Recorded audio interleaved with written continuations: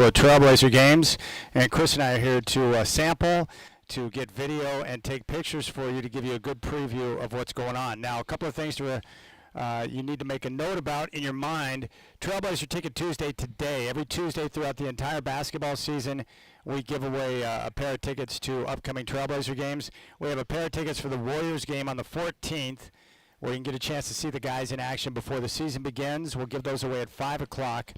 And then our college football and NFL insider, Alex Brink, former Coug and now with E4 Sports, will join the show at 5:20. We'll get his take on the remarkable win UCLA over Penn State. Jerry Neuheisel, someone that Brink is very familiar with. I'll ask him about the two coaches, both James Franklin and freaking Lincoln Riley, complaining about the travel in the Big Ten and coming out to the West Coast. And we'll talk football with him. If you want to jump on board, 503-248-0620 is your telephone number. Feel free to call. You can also listen live via our free iHeartRadio app. You can always podcast the show there. And, of course, check us out on YouTube. Just go to youtube.com, and you can pull up our homepage, Rib City Radio 620. Great place to follow along, listen to the show, and check out any of our old shows. Telephone number, again, is 503-248-0620. The big focus this week is going to be all about football. We have some monster games coming up this week, and including Indiana at Oregon. And one of the big things I want to talk about with Brink is just simply, what do you expect? I think the general consensus that I've gotten from Duck fans thus far has been, one, why should we believe in Indiana? Who have they beaten? They have a win against an overrated Illinois squad. And my take is you could say the same thing about Oregon. Week non-conference schedule, and then they won on the road at Penn State against a team that always loses big games at home. So I think there's still a lot of question marks about multiple teams across the country, but I do think Coach Cignetti's doing a good job. So I expect a physical football game, but obviously I think the Ducks are well prepared to deal with the physicality, and more importantly, they're playing at home. So it's going to be a separation game, and I think the Ducks, one more chance to kind of prove that they, in fact, are one of the best teams in the country. So I want to focus in on that game. There's some other big games as well, and of course last night Monday Night Football was awesome. Now, Tigers, Mariners in a weather delay right now in Detroit. We'll keep you up to date on that game as the Mariners look to grab a game back on the road after dropping the opener and then getting the win in Game 2 against Scooball. And then we got the Yankees and Blue Jays that are coming up later on tonight, 5:08 first pitch on ESPN. Chris Burkhardt is here. I'm excited about Taste of Moda Center to see what the offerings are going to be this year, brother. Yeah, I like free food. I like paid food. I like food. I'm excited. But it always is a good little time to come down here and just get an idea of what Moda Center has to serve. I always thought that they were kind of ahead of the curve in featuring some of the local eateries and getting stuff that people really like, so it's always a good time. Yeah, I don't think it's overstating that. I really think that the Trailblazers, compared to other arenas in the NBA, have done a great job of understanding what the fans want and then going out and bringing the local fare, because Portland's a great food town, right, and people that come here and visit will admit to that. It's an underrated food town, but to get those local offerings inside of Moda where people have a variety of different options as they're viewing a game, I think it's awesome. Yeah, the palate of your sports fan is so much more complex than just a stadium hot dog. You know what I mean? Yeah. Like, give me something good. Like when they added Killer Burger, I was like, so sweet, I get to have some Killer Burger at a game. Like, that's awesome. Those are the things fans like, man. I love going to Plum Tasty during games. I'll eat that sometimes during the game because they've got, a lot of vegetables and different meats to choose from. I think Killer Burger is terrific. My dad loves that. Obviously, I root for Killer Burger because LaMichael James has got multiple locations. That's right. I want him to do well. Post Shines was, one thing they added that I thought was nice. So I'm just into the local fare, man. I'm all about it. Give me the local fare. And for me, I don't know about you, but I will seek out a local restaurant over a chain all day because normally you get the value and price. It's going to be at or better than what you get from a chain. But more importantly, you're getting fresh-made food from local ingredients typically, and the service is going to be better because you have people who own the restaurant who are pouring their heart and soul into the entire experience, which is what I'm all about. Yeah, man, local, you can't beat it. You just can't beat it. And you're right, Portland's a great food city too. I want to ask you real quick. I was talking with Travis last night. Tomorrow the preseason is going to get underway. Give me one or two things that you're most interested in watching throughout the preseason. For example, I obviously want to see Shaden Sharp's progression through summer. I'm anxious just to see Drew Holiday in a Trailblazer uniform. But most importantly, I want to see this new offense with Tiago Splitter to see how the guys are responding to the movement and the random nature of the offense. So those are kind of the three things that I came up with. What are you most looking forward to as we get underway tomorrow? Yeah, I think you kind of hit on some of the same things that I'm interested in seeing. I think in this game tomorrow, I want to see how the offense runs. Obviously, you've already heard Coach Billups talk about Drew Holiday only playing, the first half. So who is that secondary ball handler? I think conventional wisdom tells us it's going to be Denny Avdia. We saw a lot of that, but who else is the guy who can take the ball and run the offense? So I want to see that. On top of that, I want to see Shaden Sharp. I think really we've always talked about him really needing to take that next jump, and I thought at the end of last year we started to see it. We started to see where he was playing good offensively, and he was better defensively than he had been at the beginning of the year when he got pulled out of the lineup. So as he built on that and become an all-around player. And then lastly, Chad, was the last thing you hinted on, is the Thiago Splitter offense and the movement. Everyone talked about a media day about how, the guys who were sitting in the corner, they're not going to be sitting in the corner anymore. There's a lot of movement to this offense, and I want to see that play out in front of our eyes, because if it's just pick and roll with two guys sitting in the corner, that's not a lot of different from what we've seen before. So how different does the offense look? All right, I also know that you're a baseball guy. How about the Mariners bouncing back in Game 2 against School Bowl? They built a 2-0 lead thanks to Polanco, who was just on fire at the plate. They nearly blew it, and then in the 8th, they got back-to-back doubles from the two stars in Cal Raleigh and Julio Rodriguez. It was a great response in a must-win situation for Seattle.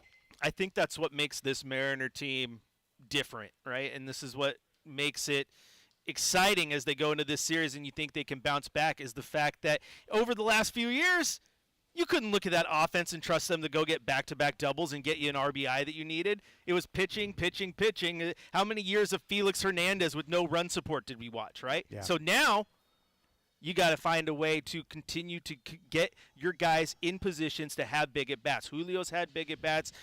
Big Dumper, one of the greatest nicknames in all sports, has had big at-bats. And so how can you fix that and just keep to building on it? And that's what I think has made this team so special, and where you have confidence, because you can finally look at it and go, oh, there isn't a lot to fix. I can rely on that offense right now. And that's what has them playing good ball. That's pretty awesome. I'm excited about that. Yankees and Blue Jays coming up at 5:08. And then tomorrow you got the Dodgers, who are up 2-0 going back to L.A., and they've got Yamamoto on the bump. So things are looking pretty good for the Dodgers. I thought the Monday Night Football game last night was awesome. Chiefs jump out to a 14-0 lead. The Jaguars battle back, and then they get that incredible interception return for a touchdown by Devin Lloyd. The Chiefs able to take a late lead with just under 2 minutes remaining. And then Trevor Lawrence able to lead his team down the field and get the game-winning touchdown after falling down and nearly losing the game. That was a great finish. And the Jags right now just appear to have that magical shine around them. They're 4-1, which is tied for the best record in the NFL. I just like that play from Trevor Lawrence to beat Mahomes and KC was kind of the most Patrick Mahomes-esque play imaginable. 100%. Now, as a Niner fan, it harkens back to Steve Young, right? Getting tripped and almost falling down, getting back up and getting the ball and getting the touchdown against Green Bay, right? That's what you think of. It was just so funny. So, was that Trevor Lawrence or was that Patrick Mahomes? Because it looked like Patrick Mahomes. And I'm just sitting there like, what's going through your head? Like, you're living this, horror story. I just tripped, and then he goes to get up, and he trips again. Like, it's a horror movie. Like, and he somehow has the wherewithal to get up and get around the corner and get in. You watch that play. You see Jones give up on the play, right? First, he gets double-teamed like he always does. He sees him fall. I think he thinks he's down by contact because he doesn't kind of get the next move. Lawrence gets around the edge, and he has no time to even react and get there, and it's just wide open. It's football, baby, and I love it. Yeah, it was such a great finish and a lot of fun. So I'm really enjoying the football. Now the Ducks, real quick, Chris, and we'll dive more into this, but your first take on Oregon and Indiana, because I get the feel from Duck fans that they really don't know what to expect, because Indiana traditionally is not a football power. They've only been good over the last couple of years. So we're not used to watching Indiana football or, heck, even caring about Indiana football, but here they are. Top 10 team, undefeated, coming into Autzen.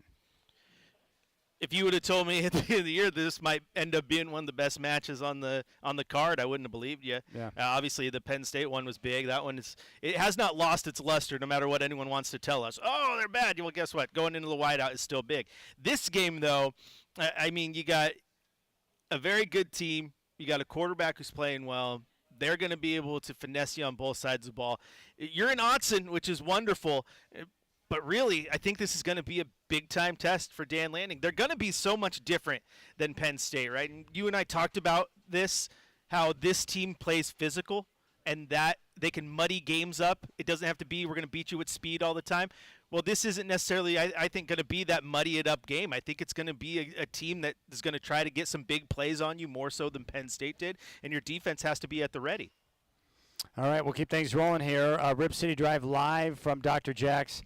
Taste and Moda Center are going to take place from 4 until 6. We'll get a chance to talk about some of the new fare being offered at Moda this year. Trailblazer Ticket Tuesday will come up at 5. We have a pair of tickets for the Warriors and Trailblazers on the 14th. And then Alex Brink talking football at 5:20.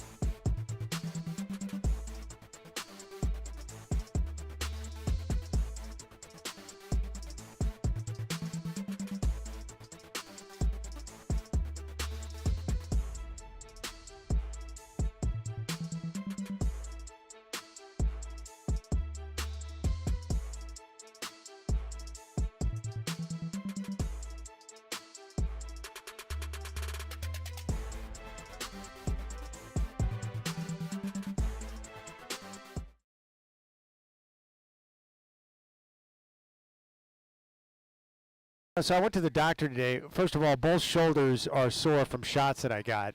And I don't know if you're the same way, Burkhart, but I rarely go to the doctor. Like, it's a rarity. I haven't been in a few years, and I went in for a normal checkup, and I've got to get the booty hole appointment scheduled, or whatever they call that, the colonoscopy. And nothing sounds good about that. And I asked Shacker, I said, is it as bad as I think it is? He goes, it's awful. And so at least he was honest with me, because I hate it when people are like, oh, it's not that bad. Shacker's like, yeah, it's awful. And I was like, all right, so I'm going to get that scheduled. They got to refer me out. So my shoulders are sore from the shots I got. And then they post the results of the test that they're running with the screening to your My Chart with no explanation. And apparently I've got abnormal bilirubin levels. Don't even know what that is. I just know that it's concerning. And it's like, why don't you just wait to post the results and then call me and tell me what's going on, so I don't have to worry about it. I'm going to die. You're going to have to make another appointment to sit down with the doctor for them to explain to you what the. But no, I'm kind of the same way. I trust my body to take care of myself, and then you get in the weird situations like, yeah, something's wrong. You go to the doctor. Last time I did was last summer when I was dealing with those kidney stones. It's not fun. And then they send you go get a CT scan, and then they send back your results, and I have no idea what it means. So my wife has to read it, and she's like, okay, that's good. Okay, that might be something to worry about. Doctor will give us a note on that. So thank God for her. Yeah, so what I did is you should never do. I went straight to Rabbi Google. I said, for a 50-year-old man, a total bilirubin level of 1.31 is considered slightly elevated but generally not dangerous. However, it warrants further medical evaluation to determine the cause. So there you go. Common reasons for mildly elevated bilirubin levels. Gilbert syndrome. Not really sure what that is. It says this is a common harmless genetic liver condition where the liver has trouble processing bilirubin. It typically causes no health problems and requires no treatment. Medication or alcohol. Certain medications and even moderate alcohol consumption can temporarily stress the liver and raise bilirubin levels. I don't take medication and I don't drink. I was going to say, your diet is not one that seems to be hard on the liver. So dehydration, and then it says what to do next. Evaluate symptoms. I have none. Order further tests. That's more than likely, right? Because they want to get me back in there. Discuss lifestyle factors. Your doctor may likely consider recent diet, alcohol intake, and any medications or supplements you are taking. Well, I'm definitely taking supplements more than people can possibly imagine. So there you go. Don't go to Rabbi Google when you get test results back, because that only compounds matters. Yeah. I'm just so used to the way you tell stories that my brain stopped before you finished your sentence. So you said my shoulders hurt because of shots, and I just imagined you sitting on the couch holding your dog up. Shots. Yeah. So no, it's like a tetanus shot, and she's like, this might hurt a little bit. And I was like, whatever. They give me the shot, and then now it's like I don't even want to raise my shoulder up because it hurts so bad. Oh yeah, they do hurt. They do hurt. Oh my goodness. All right, Oregon and Indiana. The one thing I know about Indiana is that they're a physical football team. Yep. But what I love about the Ducks this year is that they are one of the most physical football teams I have seen. I just think this Duck squad is better equipped to deal with physicality within the conference or across the country than any other Duck team I've seen before, because Indiana, they want to win at the line of scrimmage, they want to run the football, but I think the Ducks are equipped to deal with a team like that, especially playing at home. Yeah, it's like I said, it's the first time in a while that it's a team that I think can get punched in the mouth physically and punch back. It doesn't knock them back. And they find a way to keep going. And so they can match up with a lot of different teams. I thought the Northwestern game was the first proof of that, because that is a team that, talent-wise, I don't think they match up with Oregon, but they can muddy a game up and try to play it into their favor.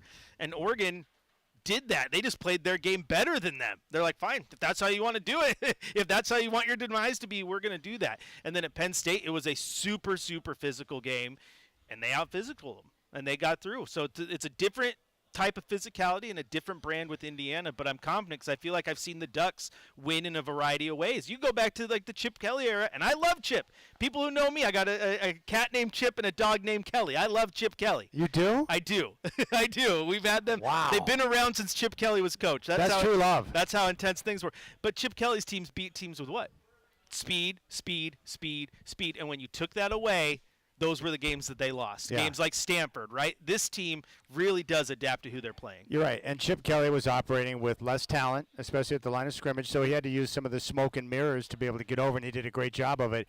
I just prefer football teams like we see with Oregon now, where they don't have to go smoke and mirrors. They can just line up and say, hey, man for man, we believe we are better than you, and we're going to go out there and get the job done. And you know as well as I do, it's football.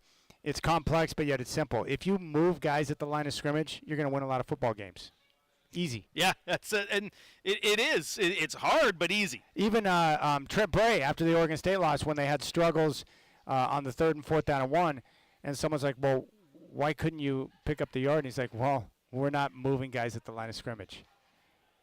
Oh, okay. Well, I'll tell you this. I mean, in high school, I was a running back, and if the offensive line is getting pushed backwards at the snap, have fun finding the holes to run through, right? Because they're already in your face as soon as you grab the ball from the quarterback. Yeah. When you win that battle, and even if it's just a slight get off, you win that battle, you get them moving backwards, then you're going to start getting those 3-4 yard plays that eventually break into big ones. All right, let's go out to the phones. Raider Mike was in Carolina to see Oregon State and Appalachian State. He tried to get up in the box. I gave him Michael Shacker's number because he's like, I want to get up in the box and say hi to Michael and meet Mike Parker. And I said, here's Shacker's number. Apparently, Shacker denied him access. So we're going to go out to Raider Mike right now with his reaction from what he saw. The pictures were beautiful. Nice weather out there. Raider Mike, welcome to the show, my friend. How was that experience at Appalachian State?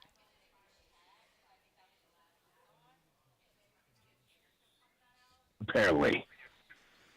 I'm like, every kid in the stadium knows who I am. I don't need credentials to go say hi to my people from Oregon. That was my attitude. I had to chill that out quick because they were going to throw me out of the stadium. Oh. But yeah, $100 ticket. So I'm like, okay, I'm going to go down with the kids. The kids that know me, the kids that watch me sing for a year here. And I'm going to see if I can pull this off. And they did. What was weird is these kids all know I do also radio too. They're like, we're allowed to rush the field. I looked in the eye, I go, aren't they 0-5? Have you ever rushed the field first off, Chad? I have not rushed a field, but I've been on the field when Stanford fans were trying to trample me after they beat Oregon. So it's pretty scary to look up and see a bunch of kids spilling into the field like a tidal wave. One was their leader. And I hit my ass when I went to the fence. and almost got trampled to hell. But it was wild, dude. And I'm like, okay, I got to do this once in my life. It was pretty cool. You saw the pick with that linebacker? Yeah. I think that was NFL, by the way. And with Josiah, the mascot. Yeah, that stadium's, it's almost better than Autzen. I've seen 4 games, 50 games in Autzen. Wow. It was a once-in-a-lifetime experience. I got to go sing to the kids afterwards. They did tow my car, though. They did? Were you From parked the illegally? Well, no, I ate there. I put the receipt in the window, and they still towed it. So it's like a $480 a day. But still, you storm the field, I'm like, okay, that was worth it, God. That was cool. No, it is cool, and I'm glad you had a chance to experience it. That's a pretty hot take there, too. Kid Brewer Stadium compares to Autzen Stadium. That's the first time I've heard that.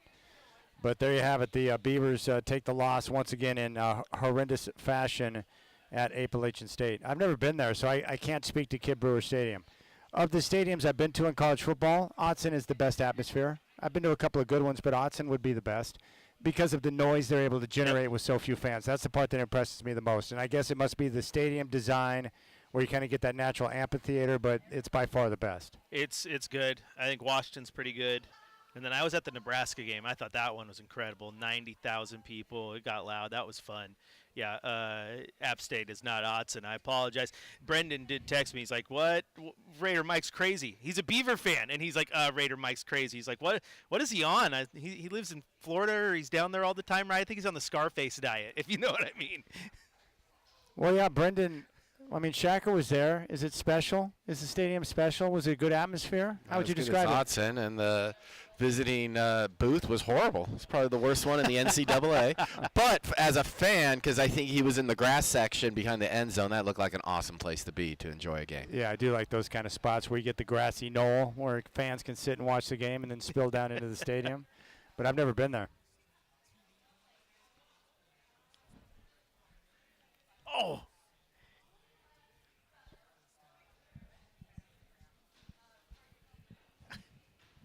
No yellow line?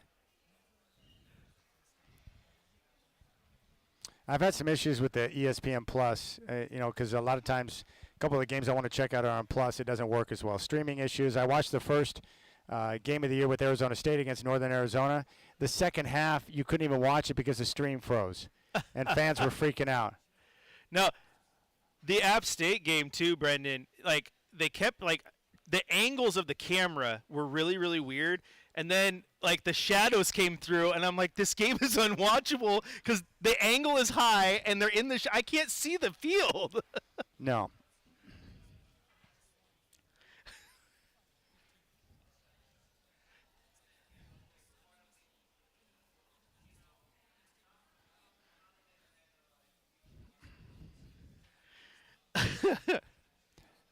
But, really, if you think back to the technological advances in television broadcasts, can you think of something other than the first down marker that's been great? I mean, I think that's the ultimate. When they finally got the first down marker so you knew where your team was at and how close they were to the first down, and you could see them pass that, to me, that was the ultimate. I was like, it makes the game so much easier to watch. Yeah, that and the scoreboard on your TV screen, because you go watch, old NBA games and there's no score, and you're like, I have no idea what's going on. And the yellow line, too, is crazy. And you don't have to worry about it as much because they've gotten rid of them. But I remember talking to an old teacher at the University of Oregon saying the technology behind that, because they have to mathematically account for the crown of the field to make sure that line looks straight on TV. I'm like, that's something you don't even think about as a fan, the math that went into making that work. Most people don't even, think of that, but there is, and once you're on the football field itself, when you go down on the field, you can see the crown and how you're actually running downhill when you're going to the sideline to a small degree.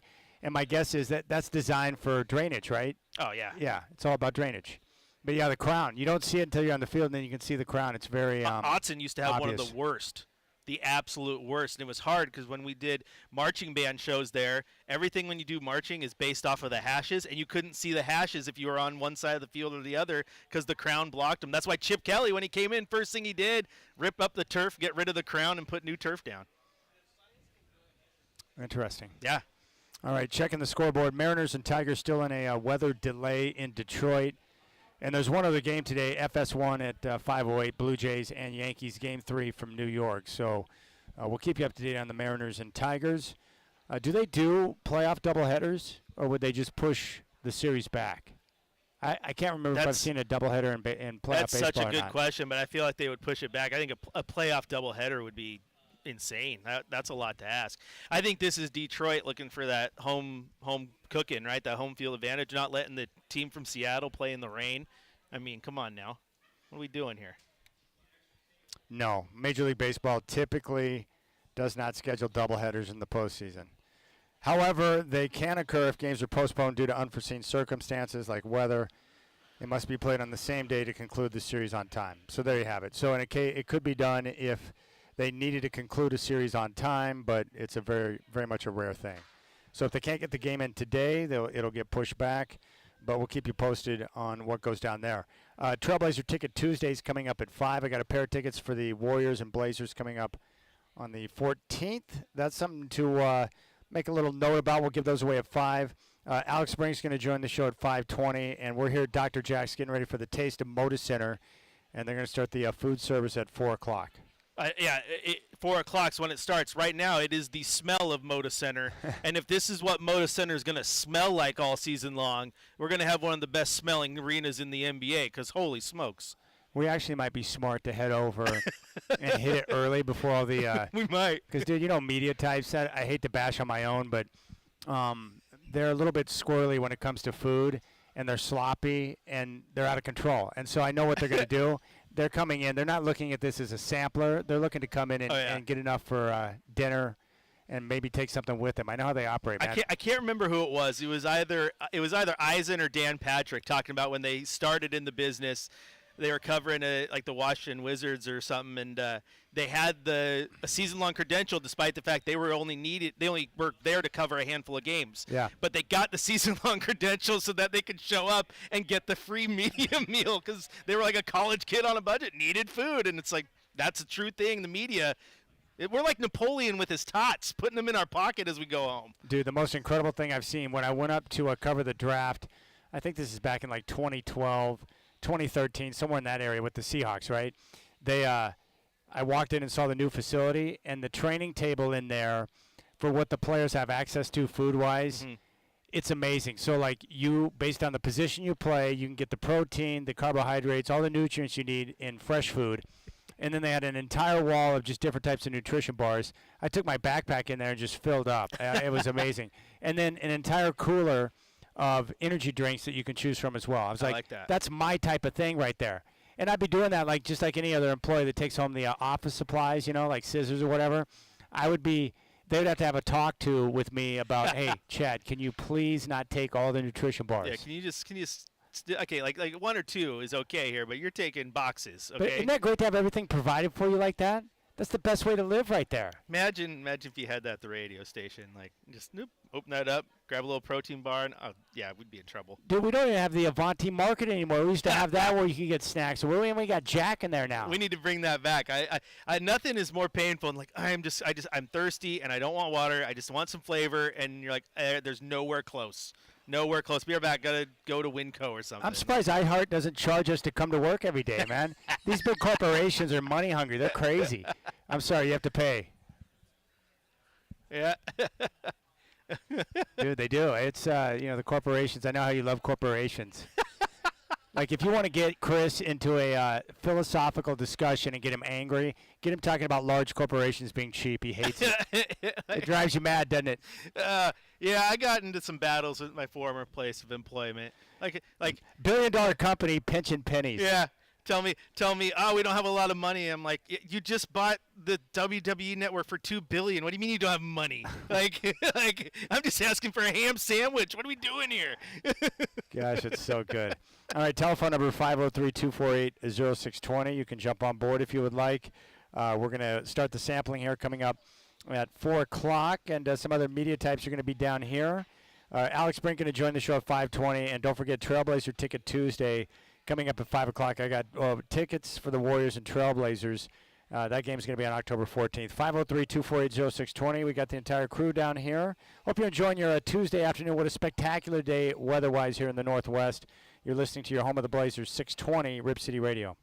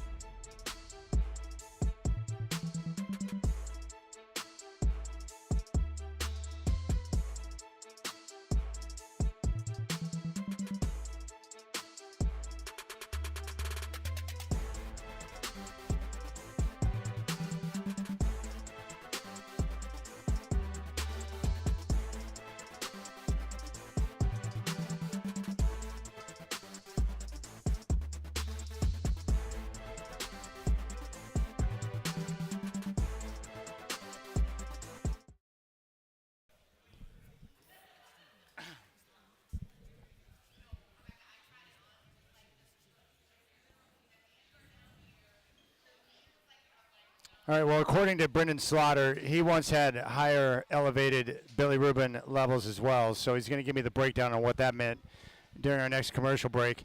There's nothing worse than going to the doctor and they start posting test results with no explanation.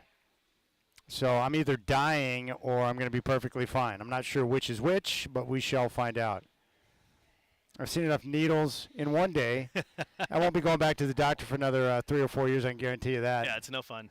Yeah, I got the vein poked over here. My shoulder, my shoulder's really sore. The guy handed me the bottle of water. And by the way, it was very difficult to get this. It was like prying teeth. I don't even want to hold the bottle of water because of where they stuck me in the shoulder. I'm breaking down, man. I'm 50 and I'm breaking down, brother. Oh man, it's gotta start stretching. You have to start spending as much time stretching as you do golfing just to get through. You know what I love? I love Jerry Jones flipping off Jets fans, and I love Jerry Jones getting fined. That's the best $250,000 he's spent in a long time.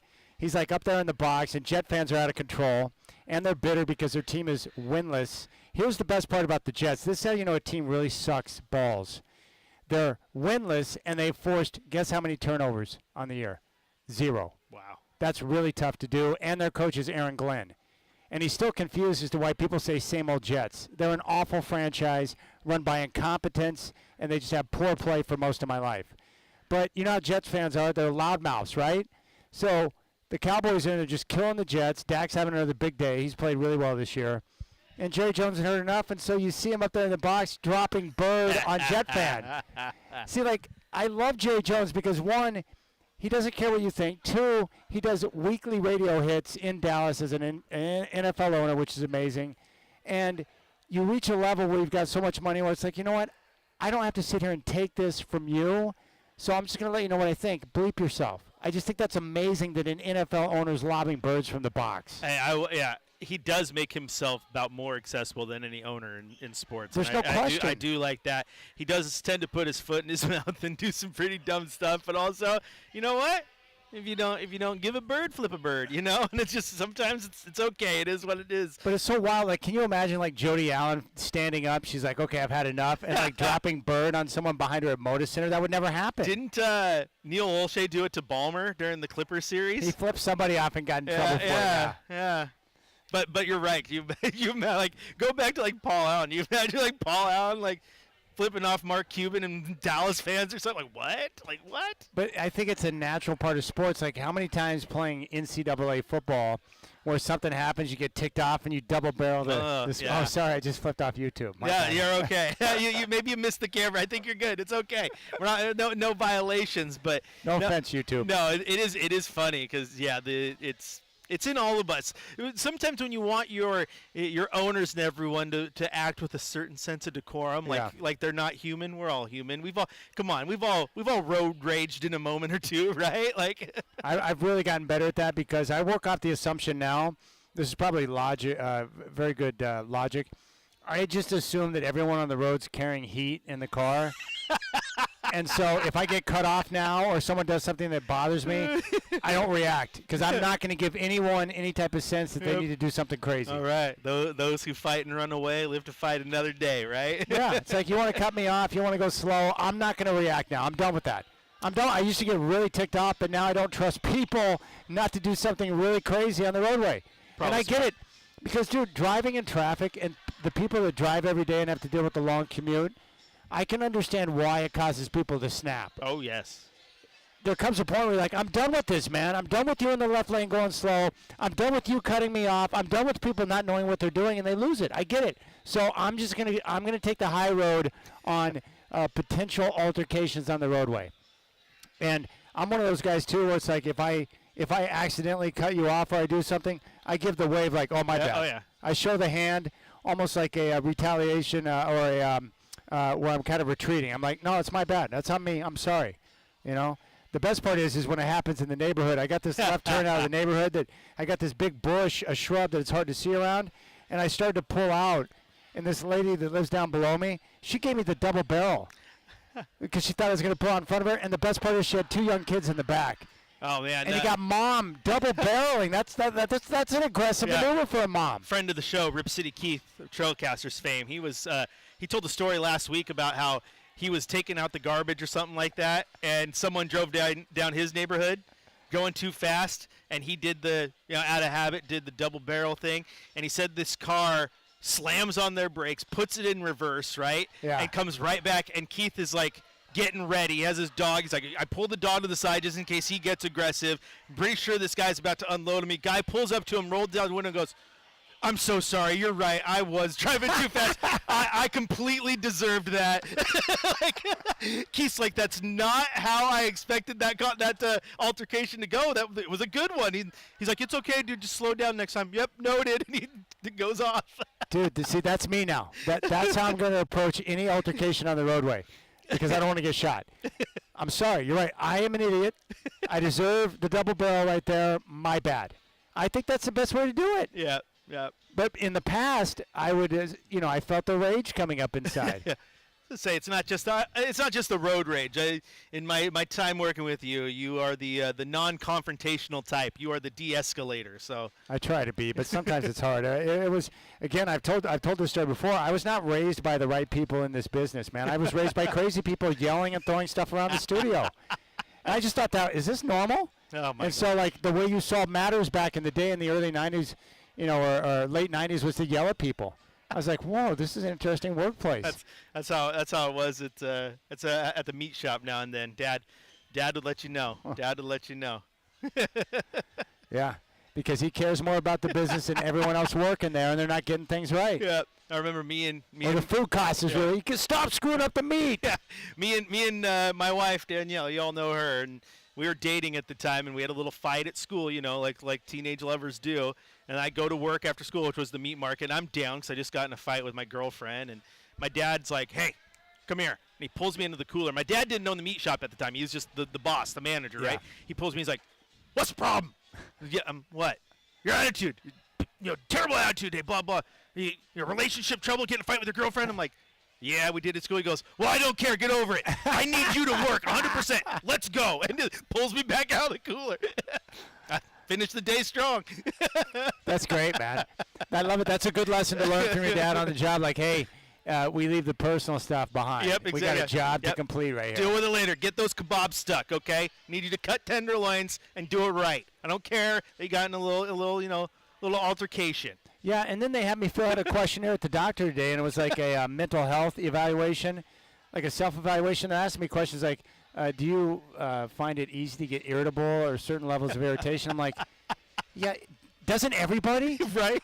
Like, yeah, so I fill out the questionnaire, and I look at it, I'm like, am I crazy? And I'm like, no. It's like, it is not, I think it's why I get so freaked out by the weird barista at like 5 a.m. that's very happy and chirpy. Right. It's not normal to walk around and be happy 100% of the time. Right. Because life, you're going to have moments of happiness, moments of joy. You're also going to have moments of irritation. Like, that's the normal flow of life. Things happen. Yeah, it threw my wife off one day. She was having a bad day. Yeah. And she was just expecting me to, like, come at her. And I'm just like, it's okay. Like, if you want to unload on me, But she's like, what? I'm like, you're having a bad day. It's okay. People are allowed to have bad days. Yeah. It's absolutely okay, man. Like, you wake up alongside the bed or something irritated you. Like, it's absolutely okay. And she's like, she'll never forget it. She's like, it was nice to have someone tell you it's okay to have a bad day. Do you think we should name names of Portland local sports media types that will be out of control in the line for the food? I feel like we could probably pick out 4 or 5 that are going to violate certain orders. It's always dicey when you got food sitting out and people have access to it. Yeah. Like, you can't double touch. Whatever you touch, you should grab that item. Obviously, you can't double dip. There's a lot of interesting people that are going to be down here. He's not going to be here, but I am going to name names. He's not going to be here, but you know who can throw down on some deep fried food and burgers and all that, and you wouldn't know it by looking at him? Our Trailblazers insider, Sean Hyken. He is always grabbing a burger or some chicken strips, and he doesn't put on a pound, and I'm jealous. He probably weighs like $140. He's got a hollow leg is what he's got. I'm like, dude, where's it going, man? He must be doing a lot of sit-ups. I ate with him once, and I'm looking at him, and I'm just like, whoa. He does kind of remind me of Commissioner Silver, too. He's got Adam Silver tendencies. He does. He has values, though, because I go through media dining. I'm like, it's a free meal. I don't care if it's not the best one. I'm going to eat it. He goes through and he goes, yeah, not good. I'm going up to the concourse. I'm out, yeah. And that's what I do. I take one glance. I'm like, no, I'm not doing that today. Sorry, I'm not going with the, what do they call that? It's like the It's like the dinosaur-shaped chicken nuggets or whatever. Dino Nugs. Yeah, I'm not going to do the Dino Nugs. I'm an adult. I'm not doing it tonight with your mac and cheese. It's like, dude, you trying to kill us tonight? Yep. What's going on with that?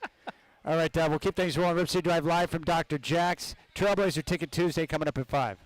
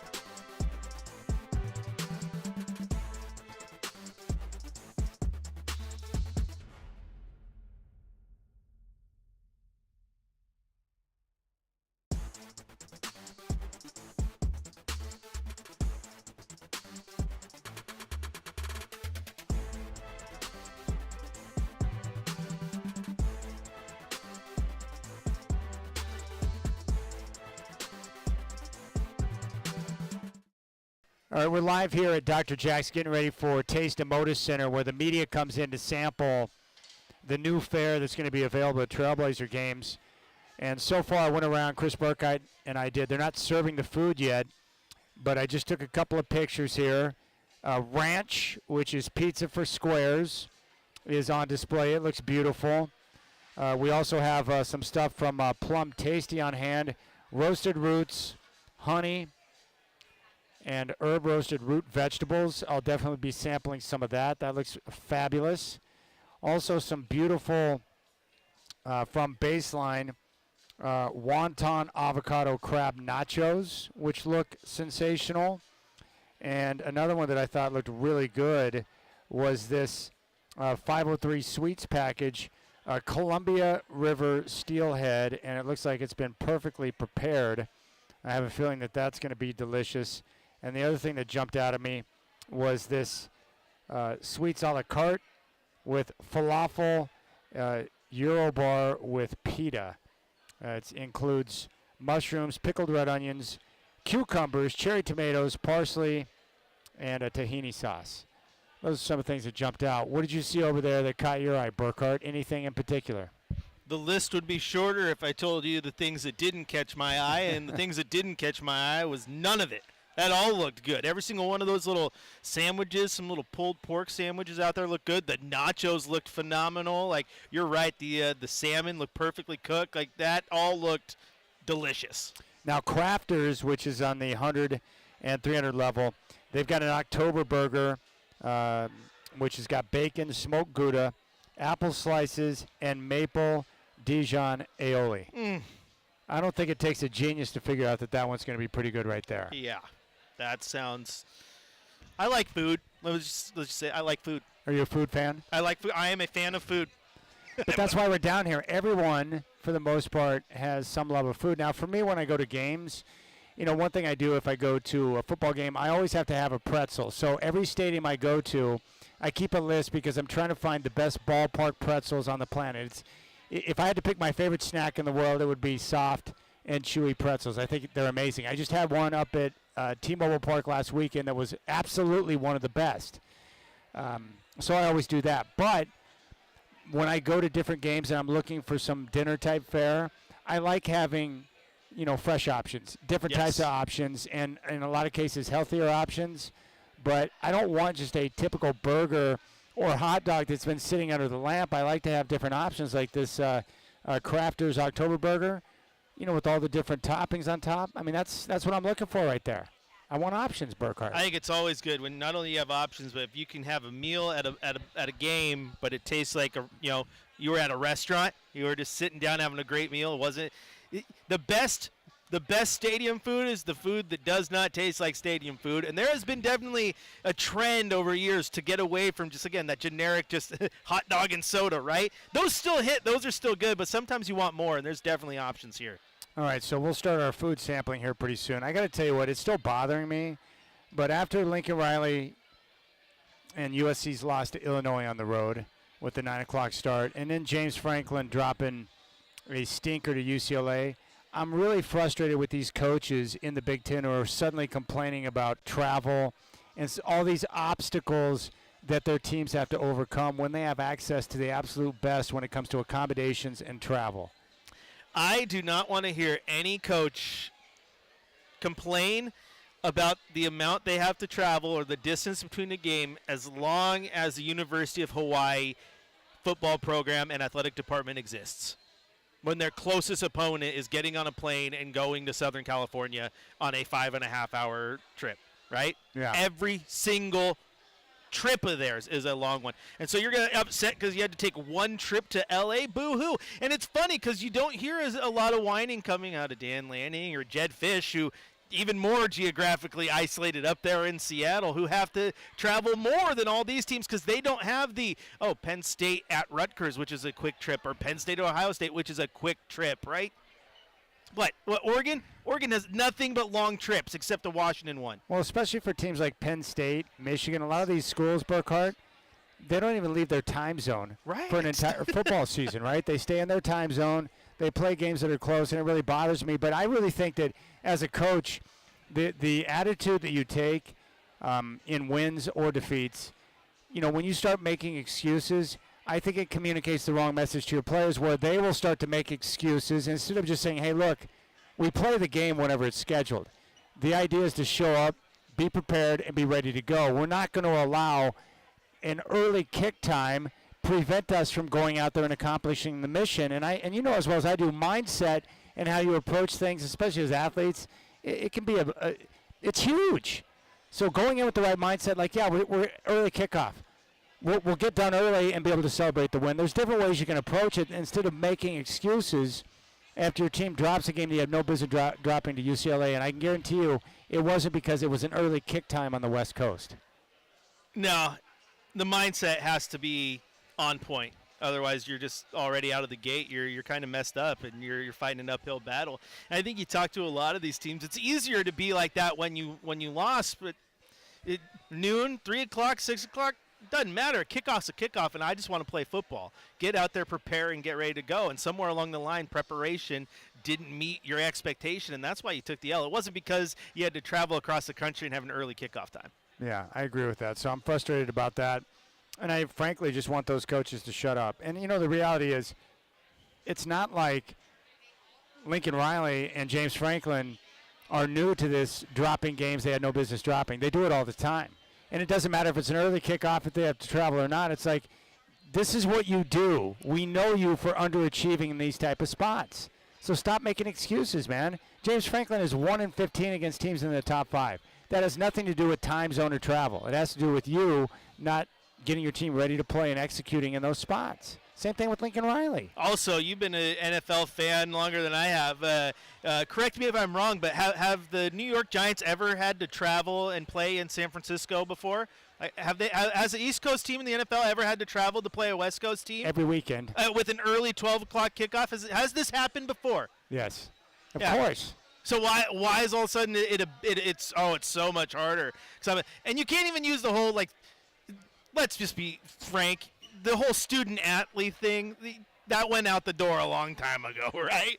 Oh, but my kids have to study and this and that. I know they have to be academically eligible and all that jazz, but at the same time, they are so much more set up for success and the ability to do those things now. There was once upon a time, the internet didn't exist, and doing your schoolwork meant lugging your textbooks all the way across the country. Don't act like you have it hard in 2025. All right, bottom of the first in Detroit. Tigers and Mariners are scoreless. Logan Gilbert is on the bump for Seattle.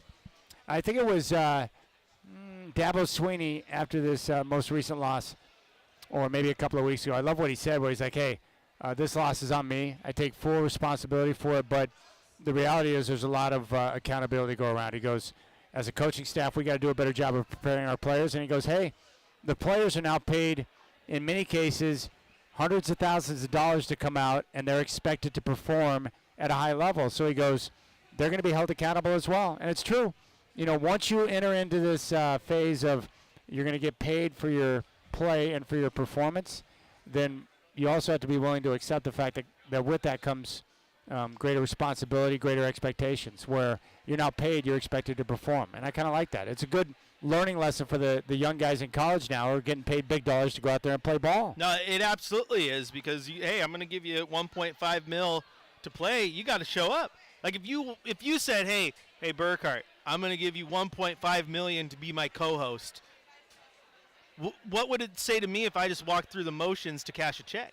Yeah. Probably wouldn't have a job very long. You know what I'm saying? Like, I would feel pressure to perform at a level I've never performed at before, because there's investment there, right? And, like, show it. So when you're Diego Pavia or Dante Moore, any of these guys, and you're getting mad money, you got to go out there, and you're going to be under a microscope no matter what. Wins, loss, that bad pass may not be a bad pass to you, but you're going to be under a microscope, and you should be. All right, checking my notifications right now on X. You can find me there at Chat in Rip City. Scotty Bethune heard me mention the colonoscopy.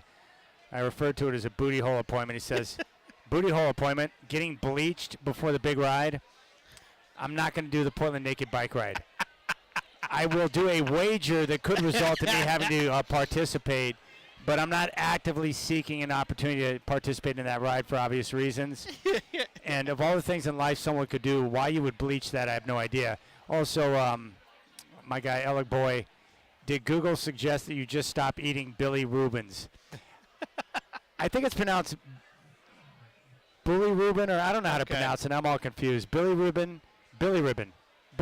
Sure. I don't know how to pronounce it. I'm not a Reuben fan. Rubens. I know a lot of people like Reubens. Do you like Reubens? Yeah, Shacker's a big Reuben fan. That's not really my thing. Do you like Reuben sandwiches? I do. Billy Reuben. Okay. I do like a good Reuben. Thanks. I appreciate that, Brendan. I just don't like the, is it rye bread they put on that? Yeah. Yeah, I'm just not a fan of rye bread. I do like the process for how they make meat for Reuben sandwiches and stuff with the brine and everything. It's just not my thing. And also, don't they normally put like, what's the type of sauce they put on that? It's like a Thousand Island or something. Yeah. Some I'm not a Thousand Island guy, yeah. Or sauerkraut. I have scars as a youngster from the stuff my mom used to make. We all do. Yeah, we sauerkraut would be right up at the top because it stunk like ass. I'm like, why would you eat that? Right? It confused me. That and what was the other thing she used to make? Beef stroganoff. Scars as a youngster put me in a position where I'm not going to eat that. Hey. I can't get past the smell. Like, I wish I liked tuna fish out of a can because of the health benefits, but I can't get past the smell. I'm not doing it. Yeah, it is a gnarly smell. It's a gnarly smell. All right, we'll keep things rolling. We're live here as now things are really hopping. We're at the Tase and Moda Center getting ready for a brand new basketball season. First home game coming up on Friday against the Kings. Chad Doing, Chris Burkhart, Michael Shacker. We're live here at Dr.Jacks on your home of the Blazers, 620 Rip City Radio.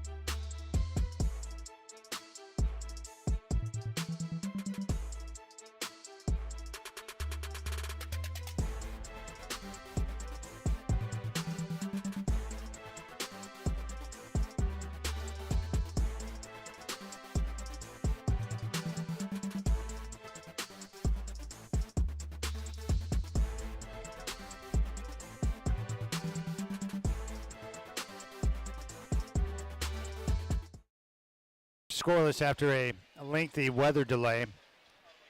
And my first choice on the food was Plum Tasty, as I'm getting a chance to sit back and do some sampling, which I love. And Plum Tasty has always got, food that I really enjoy. So this right here that I'm eating is roasted roots, honey, and herb roasted root vegetables. And I've also got some herb chicken. And I got to say, it is absolutely delicious. Chris Burkhart's got some items that he's sampled. Burkhart, you care to share on what you chose to sample first? Well, I just grabbed and I did the bad thing. I didn't see who it was from, but it was a hot link, and I didn't know it was a hot link until I bit into it. And it was tasty. It was just a little hot, but it was real good. Pizza was good. Everything. We got Shacker and I both got these dirty sodas that they're serving up here. Also good. Oh, they're bringing pizza to the table. They're taking care of us, man. That is absolutely terrific. Let me pass over this square little piece to you. This is the ranch pizza right next to us. It's nice and thick, good crust. Yeah. Pepperoni on it. Mixed with the dirty soda. Now, what have you tried, Shacker? I tried the nachos. It was over from, how do you pronounce that? Nacho X? Nacho X. Nacho X. Beavis and Butthead's favorite meal. I get it. Nacho X. All right, so how was it? It was delicious. It had beef brisket on it, so it was fancy nachos, not your regular stadium arena nachos. Whoever came up with the idea to put like brisket on nachos, it's a genius concept. How's the pizza there, Shacker? Or Burkhart? Oh, look we're bringing more toppings too. Some more. It's good. It's a good thick crust. The pepperoni's good. It's it sounds dumb, but it's got like the right amount of grease. It's not too greasy, but it's not dry. It's good fluffy crust. This is a nice little crunch to it, as Guy would say. I always thought I could be a food show host. You got to moist, crunchy flavor. You got you take that bite. It's nice and moist, and then the heat from the pepperoni. It's like I feel like I could be the next guy. This pizza's definitely a resident of Flavor Town. See, Shacker gets it. Shacker gets it. And then That's you get great. a little ranch for dipping. I mean, it's good. It's definitely good. A little bit of spice to it. A little spice to it. The crust is good? Yes. All right, so we highly recommend, based on the table, ranch pizza, pizza for squares. The two offerings that they have here are cheese and pepperoni. And again, all of the food that we're sampling here today is going to be available at Moda Center this year for Trailblazer games. Now, what were you saying about the dirty sodas? What is a dirty soda? It's just not clean.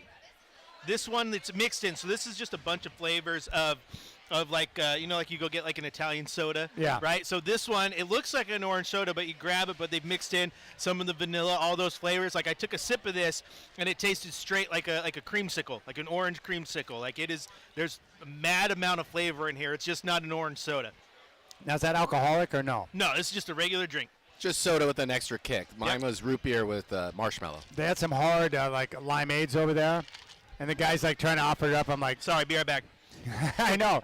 I know that's good, but I was like, I can't do it. Chad's like, I can't do that because liver and alcohol were both possible reasons To elevate my bilirubin. my bilirubin levels. The last time I drank on air, I'm not gonna. I think the statute of limitations has expired on this.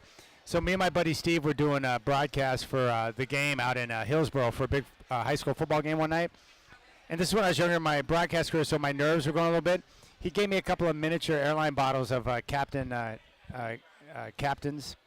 And so I drank one. I was like, oh, that's pretty good. So I hit another one. Again, I don't drink very often. But by halftime, I was slurring my words. And I remember the guy back in studio, John, was like, hey, Chad, you okay? I'm like, why? He goes, well, you're kind of slurring your words. And I'm like, oh, my bad. So I was like... The proof that Chad doesn't drink a lot is like he gave me a bottle of Captain, and then he didn't remember what the captain's name was. What is it, Captain? Not Captain Jack Sparrow. I think you're thinking little Captain Morgan. Captain Morgan. Right? But I'm going to tell you, back to the food, not the drink for a second.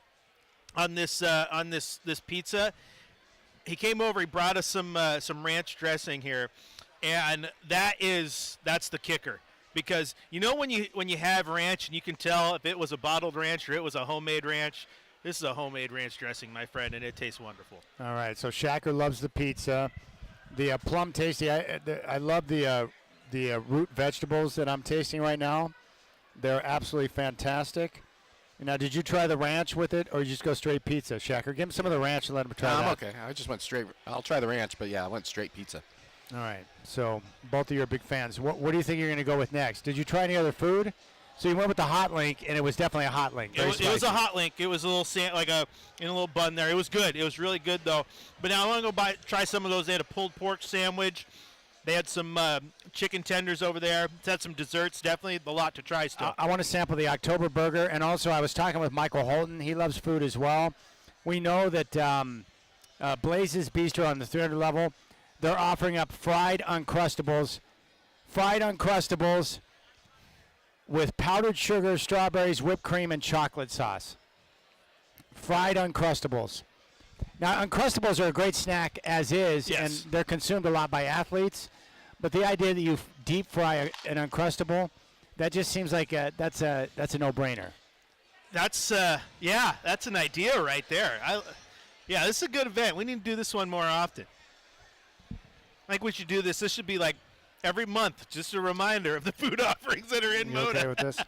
All right. Telephone number 503-248-0620. You can jump on board. We got Trailblazer Ticket Tuesday, which is going to come up at 5 o'clock. I got a pair of tickets for Trailblazers and Warriors, which will be at Moda Center on the 14th. So definitely something you can check out. And then Alex Brink is going to talk some football coming up at 5:20. Outside of that, we're just hanging out here at Dr.Jacks. All of the new offerings at Moda Center this year, food-wise, beverage-wise, are being offered up to us right now. So we're sampling to give you an idea of what you need to try or what you should check out when you come to a Trailblazer game, and we enjoy doing that. All right, 503-248-0620 is your telephone number. Trailblazer game tomorrow. They're going to be on the road taking on San Francisco. Travis is already on a plane down to the Bay Area. Tip-off at 7. Chris Burkhardt will have game day starting at 5. I'll have the Trailblazer pregame show at 6, and then tip-off will be at 7 o'clock. Other things that we're looking at last night, I really enjoyed the football game. Props to Trevor Lawrence, who found a way to overcome and get the job done. He didn't play a perfect game, but when he needed to make big plays on 3rd down and 7 or at the goal line to run in the football, he was able to do that. And the Jags, I'm not sure how good they are. I just know they're 4-1 and are tied atop the league right now with their play. But what we're seeing from them is opportunistic play. Also, Devin Lloyd, the linebacker, a terrific pick 6. But I like the vibe I'm getting around that team right now. And then, of course, this weekend, Oregon and Indiana. The Hoosiers right now a 7-point dog on the road at Autzen, which should be a terrific game and a physical football game with the way that both teams want to play. So those are kind of things that we're looking at right now. You know, that Jags team for a second, you talked about them being opportunistic.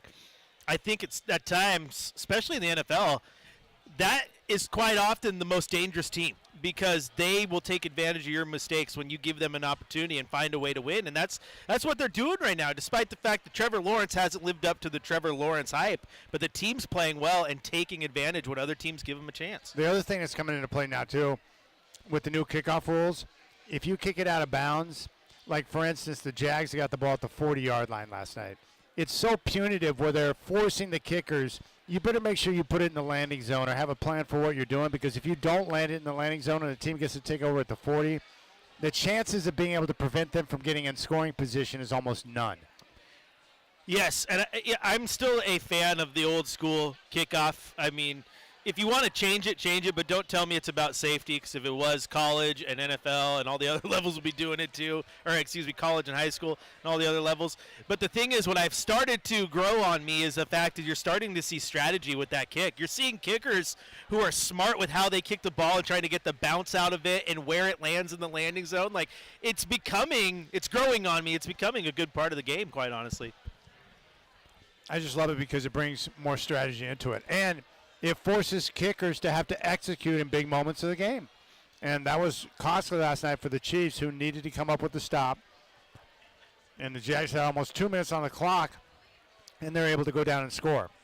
This is also the first time that I can recall just openly eating food during the middle of a radio broadcast. It's awesome. And it being okay and encouraged. Like, most times, like, why you smack it in the mic? Yeah, why are you talking with your mouth full? Yeah, because we're giving a food review live on air. I mean, and I've worked with plenty of people. Like Travis used to have a habit of always crunching ice cubes, or people doing things that, that are annoying, but I can't help it, man. This food's too good. It's good. It is good, and there's still dessert to hit up too. I mean, Well, the deep fried Uncrustables. Have you ever had a deep fried item oh yeah. like a Twinkie or all- anything like that?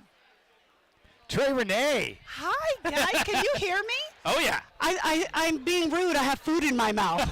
That's okay. I was Mama just- told me don't talk with food in my mouth, but I talk for a living, and I'm eating for a living today. So how about that? This is great. Trey Renee, Jam at 95.5 here on the show. Sit down. You know what? I see you all the time. It's so great to finally have you on the show. I know. How come we? You know what? We always say, "Oh, we got to do this. We have to do this," and then of course we do our respective things. Totally respect what you guys are doing over here. I was so happy to walk in and see you guys. Yeah. And then I thought, well, they look hungry.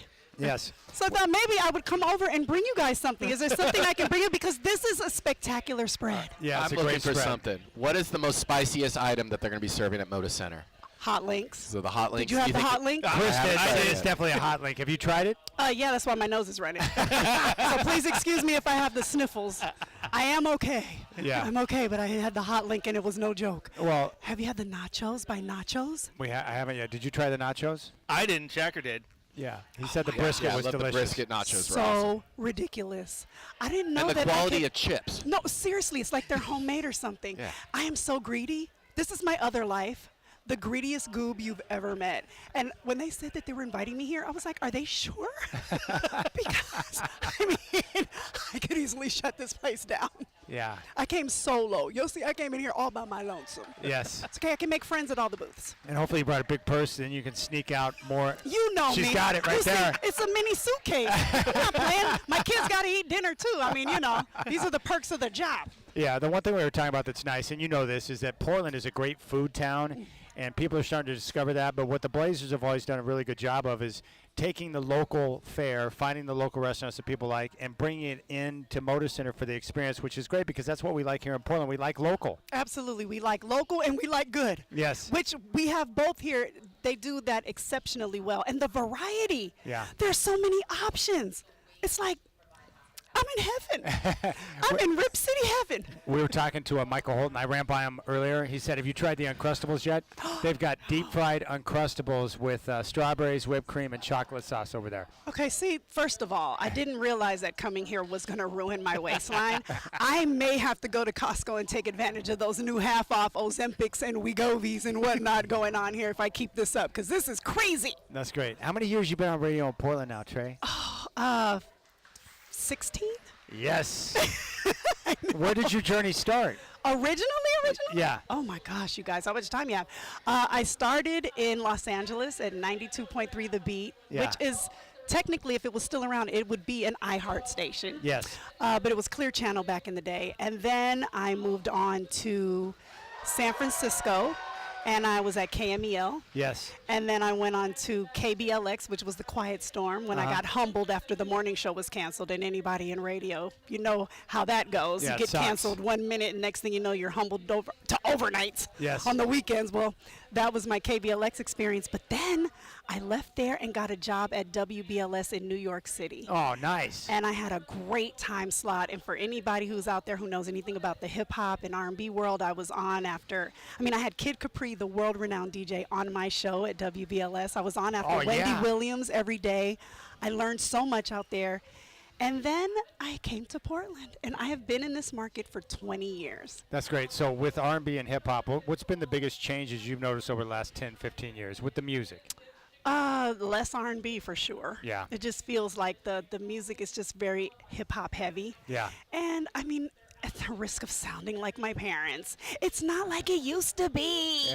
This is the real music was back in the day, and I know that sounds so, and then the young people are like, oh, please, we love our artists now, but that's what I love about being on Jam and 107.5. It's like the throwbacks.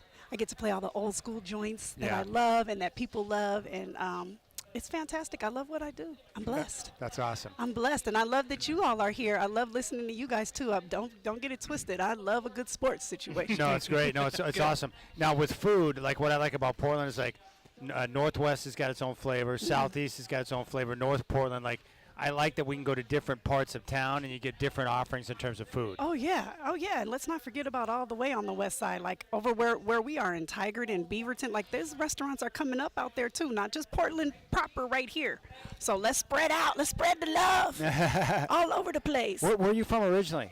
San Francisco, San but what? Francisco. Let me guess. Did you think it was a little bit from the south? I A thought little so, southern yeah. twang? I did. It's I something grew up in about that Bay Oklahoma, Area. so I had some twang. Something about the Bay Area, though, a lot of us sound country. Yeah. With the y'alls and the area. I can't help it. My dad is from Louisiana, though, so Yeah. that is legit country. Yeah. But my mom is from Detroit, so I don't know. No, I did radio for a couple of years down in San Francisco, and I loved living down in the Bay Area. But just like here, like it was a great food town. Like there was always different things to go check out, either Yes. East Bay or in the city. Especially some seafood. Seafood, because you get it fresh down there. Ooh. See, you're activating my greedy button, Chad. Like, what are we doing? I here? want this purse suitcase that you got in front of me to be filled up with grub so you can take care of the family tonight. No need to worry. As a matter of fact, let me go take care. You're keeping me from taking care of my children and feeding my children. I need to go around here and get some more food. But I love having you guys like here. Thank you for having me on. Trey, it's great to see And you. let's do this again. All right, you got it. All right, now do you want me to bring you all something? No, we're good. We're during commercial breaks, we're going in and bringing over more food. Okay. So but we appreciate Because you you know I taking care got of your us. back. I'm Mama Trey. got it. I like it. Mama Trey. Coming Mama in, Trey. taking care of it. I love it. All right, big thanks to Mama Trey. Gotta love that. Jamma 107.5, getting after it. I love it. I love it. Out here, eat some food. Come over. Offer to get us some. That's a good way to just build relationships. Is offer to go grab you some food. She did have the big purse too. She ain't lying. She does. So the hot link, she tried the hot link too. So the hot link is definitely spicy. It was good. It was spicy. I didn't know it was a hot link, so I didn't read the sign. You know what I just sucks? did a grab and go. I literally love spicy food. But now that I'm getting older, like I always pay a price for it, but I do it anyways. I love spicy food. All right, Scotty chimes in. Hey Chris, your boy Chad over his calorie count for the next 3 weeks. That's not untrue. Scotty is so spot on. There's Blaze hanging out. We'll come back. We got Trailblazer Ticket Tuesday coming up at 5. Your chance to see Steph and the Warriors. And then Alex Brink at 5:20. You got the Rip City Drive on your home of the Blazers, 620 Rip City Radio. Oh, we got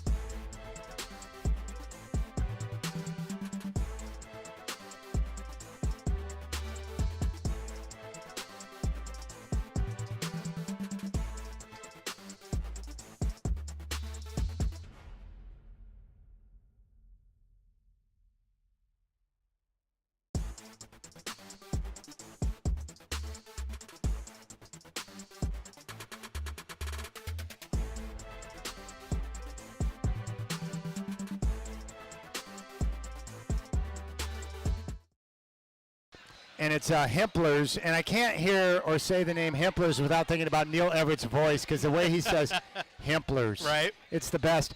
But I tried the hot link, and you're right, spicy, not overpowering, but great flavor. Like that's not a hot dog. That's a hot link. It's delicious. I think hot links are a little underrated in the realm of the wiener category. Okay, like we have them at the meat shop, and I love them too. We also have like the German cheese dog that's a hot link too. So you get the cheese melted in there. Oh. That's really good. But the hot link, when you get the really good balance of the flavors and the heat, it's good.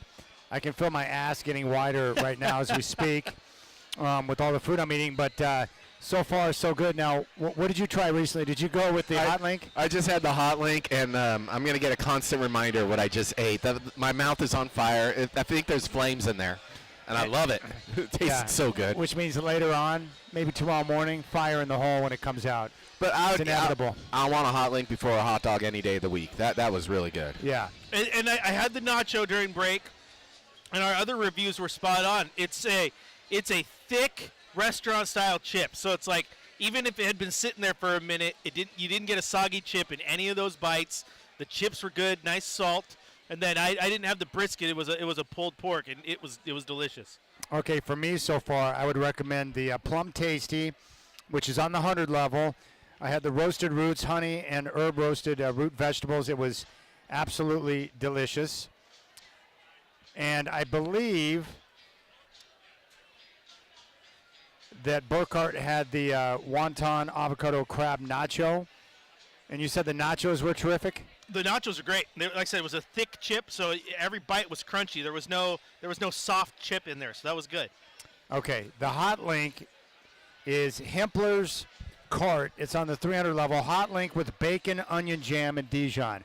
All three of us had that, and I highly recommend, and you guys all highly recommend, right? Yeah, and the bite with the Dijon was good too, because that has a special kind of heat too, but it's different. So it just mixed well.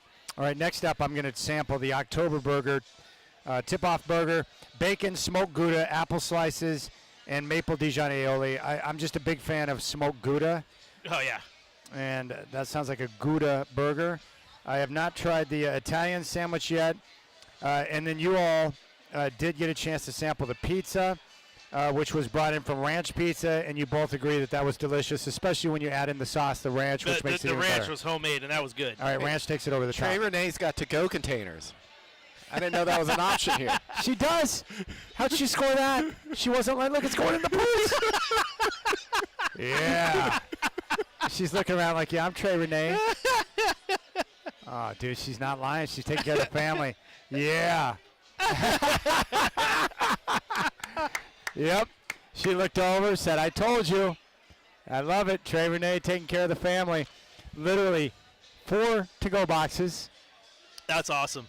And she puts it in the purse. She zipped it up, looked over at us, and said, I told you, and then she walked out. That is funny. That's called game right there when you got that type of game. Trey Renee, 107.5, jamming. All right, so what are you looking at next, Burkhart? What are you thinking about eating? I might have to try some desserts. I went for the Crustable, but they were out of it. Of course, because Michael Holden went over there and hit that table. Yeah. They may have brought some more out, so we're going to check. We're going to see what's out there. But, yeah, there's a lot to choose from. Yeah, this is spectacular. All right, Trailblazer Ticket Tuesday is coming up at 5. Hey, Brenna. Get Brenna. Let's get Brenna on for a couple of minutes. We'll get Brenna Green on. We got to talk to Brenna and see what she thinks. But these are all, yeah, Michael Holden is in the house right here, buddy. Put the headset on. Michael Holden, Trailblazers analyst. What's up, brother? Man, I can't tell you how much this event tailors to my caloric intensity. Yes. This has been wonderful. All the food that's going to be in Moda Center this year. Okay, we were just talking about the deep fried Uncrustables. No question. I got 2 boxes of them. I'm going home. You know, you're not supposed to take a to-go box when you get invited to something like this. But the taste of it was so unique that I knew when I got home that I could show my wife better than I could tell her. And so you haven't had it yet, and so I'm going to let you go ahead, man. Bite the thing, man. Is it good? Yeah, because I've let's have always that. wanted to see you silent on the radio where I can kind of take over, and that thing's off the chain. Come on, man. Come on, man. Who ever thought about frying a peanut butter and jelly sandwich? So I don't know if I've ever shared with you That's ridiculous. that I am a connoisseur of peanut butter and jelly sandwiches. I did not know this about you. No. So it's the only sandwich that gets better with time. The relationship between the peanut butter and the jelly over time. So I get the Uncrustables, and when I'm going golfing, I put it on the dash. Yeah. While I'm driving to the course, I turn it over halfway, baby. That's really good. So we all had the hot link and loved that. Chris and Michael had ranch peas. And I thought that was good. I ate some plum tasty with the root vegetables. It was great. What else did you have that you really liked? So I had the chicken fingers. They had two varieties. They had the gluten-free, and then they had the old, the family reunion chicken fingers. Yeah. So I had those, and it had 4 or 5 different sauces. So I enjoyed that. And now that you have me trying to think of what I've had, I feel bad that I haven't had more things because I'm very full. Yeah, no, I understand. So I had a lot of a few things. But of all the items, the Uncrustables your favorite. Clearly. and no disrespect to all of the wonderful things that are here.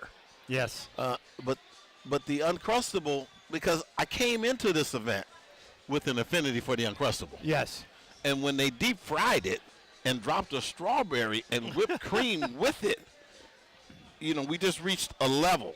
Have you tried the Uncrustable yet, No, Burkhart? I just went and grabbed you one. I took a bite where you were talking about it. I'm surprised you didn't see my face because that peanut butter hit, and that's No. The Uncrustable, if we can put this in a basketball analogy type of term, right? So some guys have the kind of handle to where they can get to a jump shot, right? Yes. Some guys get to the hole. That's great.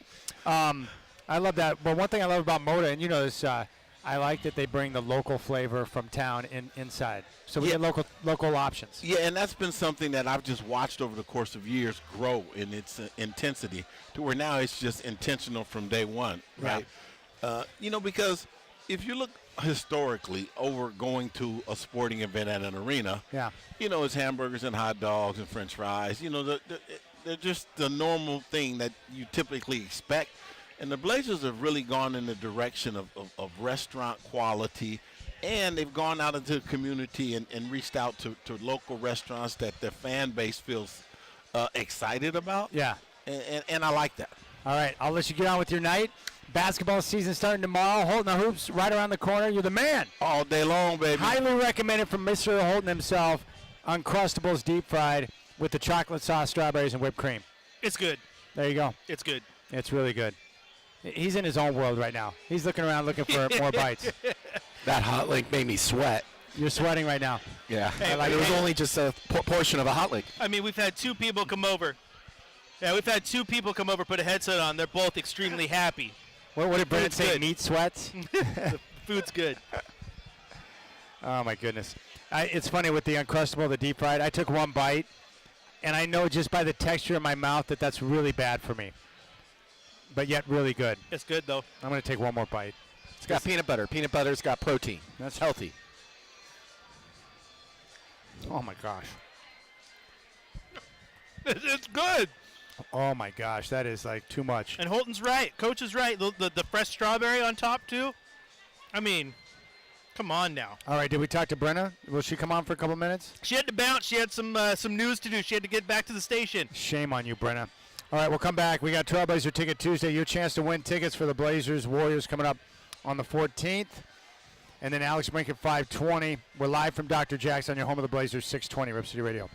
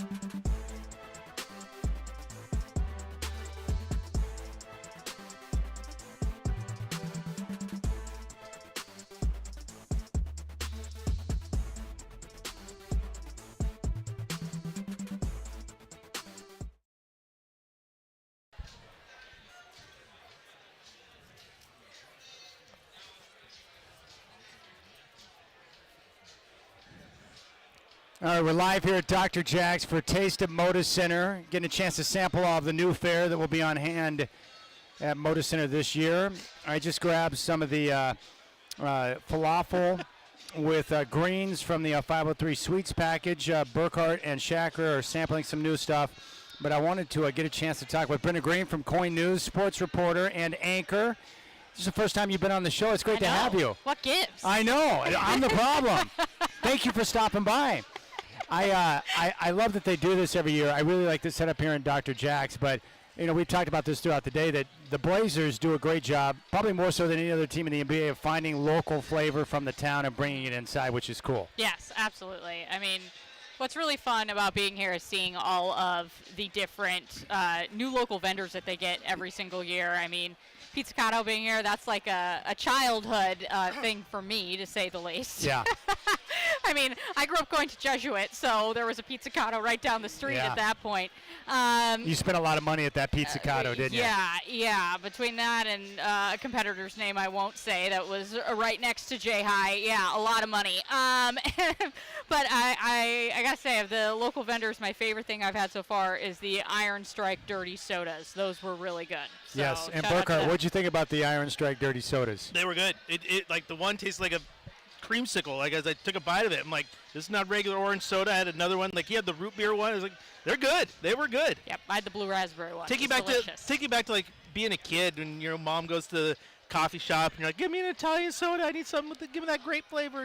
Is that the best way to describe it? It's like an Italian soda. How would you describe it? Yeah, kind of like an Italian soda, but they do a bunch of different a bunch of different kinds of soda, whereas an Italian soda is just kind of like one thing. But this is like I was just using it as a reference, like it threw me back to my childhood. Yeah, it was better than the Italian soda. At what food have you sampled that you like?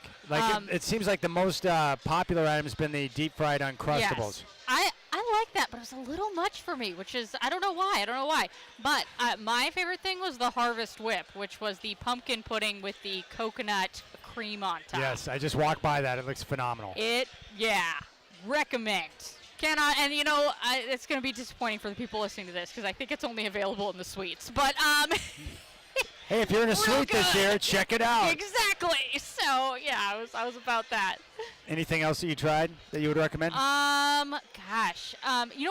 Can I just say one of the most upsetting things about these events? You can say whatever you want. Yes, and this is not an actually upsetting thing, but you want to try so many things, and at some point your stomach just goes, yo, I'm done. Yeah, that's what Burkhart just told me, and Shacker's the same way. Like, it's like, and you're like, but there's more food to be eaten, but your stomach's like, no, you're done. So I will say, last year I walked out of this event with an entire box of Kinnaman cinnamon rolls. Oh, nice. Because they were like, we're just gonna get rid of them. So like, do you want them? And I was like, say less. Like, so I'm like, I wonder if I'm gonna be able to strike that magic again this year. But yeah, no, I had some salmon that was pretty good too. Yes. And I want to try all the sandwiches, but then I'm like, oh, bread's gonna fill me up too much. Yep. This is like you have to come in here like with a strategic play. Yes. So I gotta do another round here after because I was doing some work stuff too. So I'm like, all right, I gotta do another round after this, see what else I can grab. We're talking to Brenda Green, Coin News. She's multitasking while enjoying Taste at Moda Center. So with the Blazers this year, I'll ask you the same question that I've asked a couple of people. For me, what I'm looking forward to the most as the season gets underway, I want to see Shaden Sharp's off-season development to see if he can go to that next level. I'm just excited to see Drew Holiday in a Trailblazer uniform, but I'm really anxious to watch the offense under Tiago Splitter to see if Chauncey Billups gets the desired results. Like, what are the one or two storylines that you're interested in following as this season gets underway with the Blazers? Well, I gotta say, it wasn't up on my list before training camp, but boy, is it now. The Shaden Sharp hype train has left the station, ladies and gentlemen. They cannot stop talking about him and how he's engaged on defense, which is something he has struggled Both with. Joe and Chauncey have been, tooting the horn. And I mean, players have been tooting the horn too. I mean, Drew was like, I think it was Drew who was like, he's crazy. Like, this is like, you see him on other teams. Yeah, it was Drew. He was like, you see him when you're on other teams, and you're like, yeah, he's good. And I'm like, but this is insane. Yeah. So, But don't you think it's important with him? Because I look at the young players, his ceiling would appear to be much higher than everybody else based on his natural athleticism. I think you're totally right on that. And I mean, also, Yeah, it's important for him because he's in a contract year, okay? Even though. So he's going to give everything he's got. Well, I mean, he was at Media Day, classic Shade and Sharp. Like, you ask him about the contract year, and he's just kind of like, yeah, I guess I'm in a contract year. I guess that's a thing. Like, he doesn't, unfazed about anything. But, I mean, yeah, this is kind of, it's not a do or die season for him, but like, come on. Let's get the wheels moving, baby. How are you going to approach covering young Hansen? Because of, obviously in TV, he's big time, and not just here, but overseas as well. Like, how are you going to approach the season with him? Yeah, I mean, that's really any video you put up is guaranteed to get massive hits. I know, right? It's insane. He is. I mean, I was down at Summer League, and that was just. I mean, I have some experience kind of like this because I covered Rui Hachimura at Gonzaga. Yes. And I wouldn't say it's similar because Japan and China are very different population-wise. Yes. But in terms of, like, the amount of media scrutiny that Rui got at the college level, it's comparable to that of Young at the NBA level. Yeah. I guess I should say Hansen. And so, it's really interesting for me to just watch and kind of, like, be like, whoa, this is, like, super deja vu for me right now. Like, this is bizarre because I've kind of been here and done this, but at a completely different place. So, I mean, I think it's just one of those things with all that media hype and everything like that.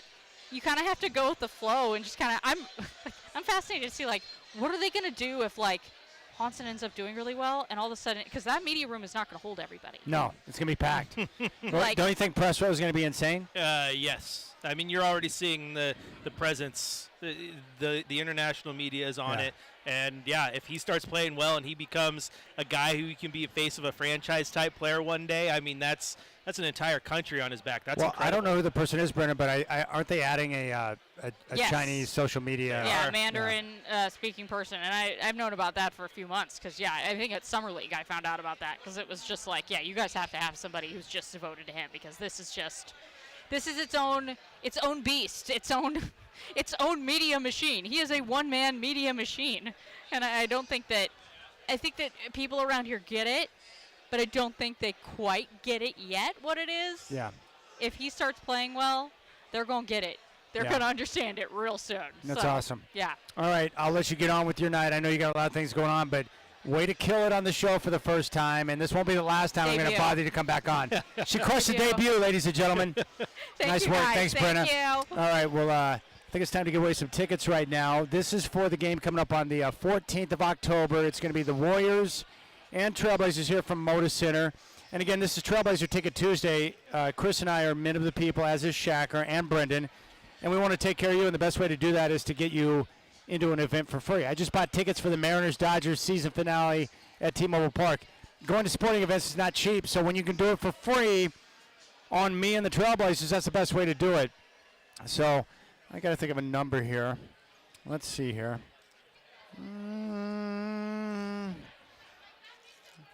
Screw it. Let's go with caller number 30 right now. 503-248-0620. Caller 30.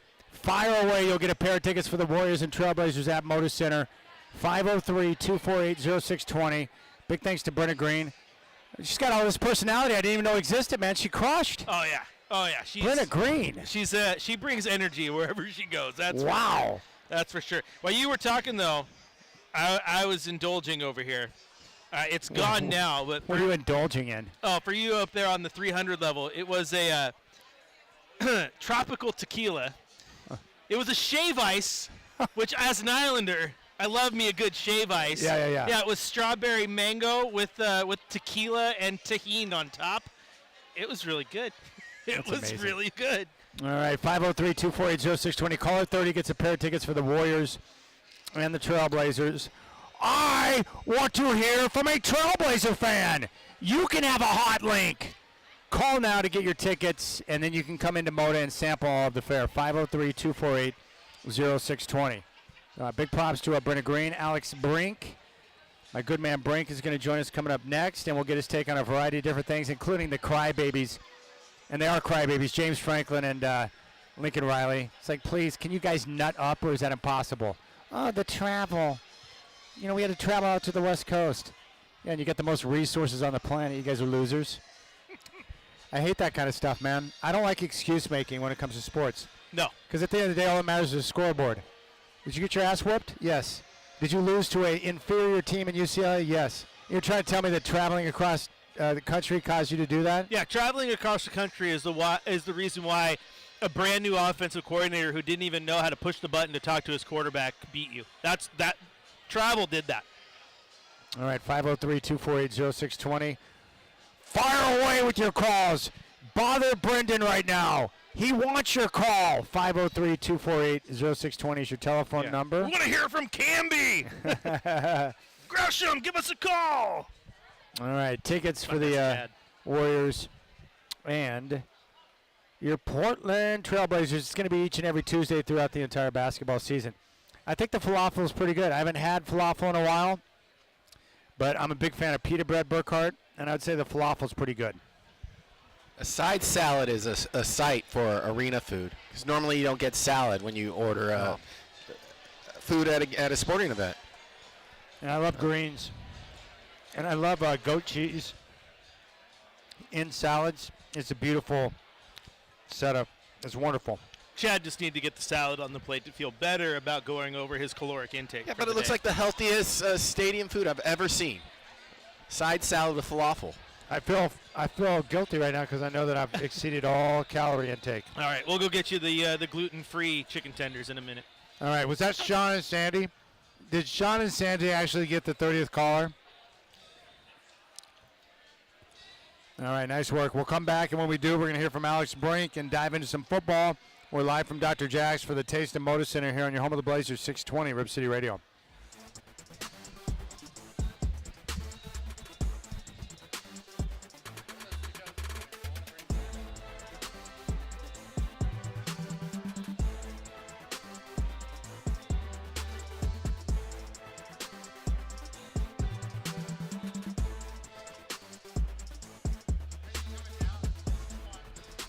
Oh, yeah.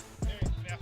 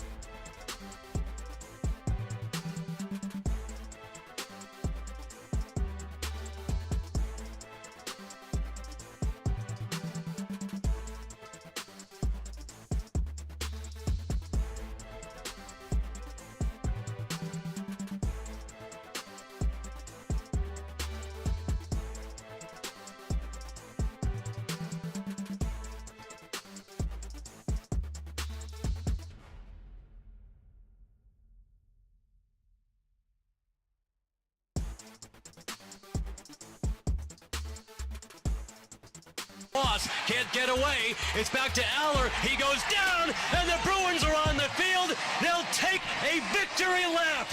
The cadaver has jumped off the gurney and is dancing all over town. Backflips are being performed. Confetti is in the air. Amazing. 42-37. Yeah, it's pretty awesome. UCLA had not won a game. They upset Penn State, and after the game, Jerry Neuheisel, who had just jumped in as head coach, talked about it. First thing I want to say is I love UCLA more than anything. And the kind of kids that you see that played on that field today is exactly why you love a place like this. We had 2 days to practice the new game plan, and all they did was believe. And we came out and played as hard as we could for 60 full minutes. Had to take a safety at the end because we messed it up a little bit. But, like, how can you not love college football when you have days like this? Special, special, special. Gosh, it's so awesome. Now, Alex, you told me that you know Jerry really well. What was your reaction to what you saw from the win, and then how elated Jerry was after the game? Yeah, there's a lot of layers to it. I mean, like, you get the first one, right, where Tim Skipper steps in as kind of the interim, he's the interim head coach, and his brother Kelly Skipper coached at Washington State when I was there. So Tim's been, he's at Fresno, he's been doing a great job, and Jerry, I've known Jerry since he was just a young coach right out of playing. He was a backup at UCLA, got some time as a starter, right, if you remember. Was a Bruin, obviously Rick's son, but the thing that has struck me about knowing Jerry for the last, probably 8-10 years, is he is just an elite football coach. And what I mean is it's not just X's and O's. He was great about X's and O's, but part of being a college football coach is relationships, right? Is you have to build relationships with your players. You have to build them with other coaches. You have to build them with alumni, donors, and, folks like me, right? Like, I'm in this mix of high school football and working with players. Jerry is such a genuine human being in the way he interacts with people that he gets buy-in. And that's what struck me about that win against Penn State is that, it wasn't so much about the X's and O's. It's what you saw after the game. Did you see how genuinely elated those players were, not just for themselves, but for Jerry Neuheisel, right? And so I think that tells you all you need to know about Jerry is his relationship building is really what was able to carry that team to a win on top of the obvious football X's and O's. It was great. His father, Rick, was on set at CBS in tears. I found the whole thing to be quite enjoyable. But you and I have talked about this before, and I've talked to you about coaches that you played for, right? If you're genuine and you're just being who you are, and that comes through, the players are going to respond to that. And that's what I felt about Jerry after the win, is that he was just being himself.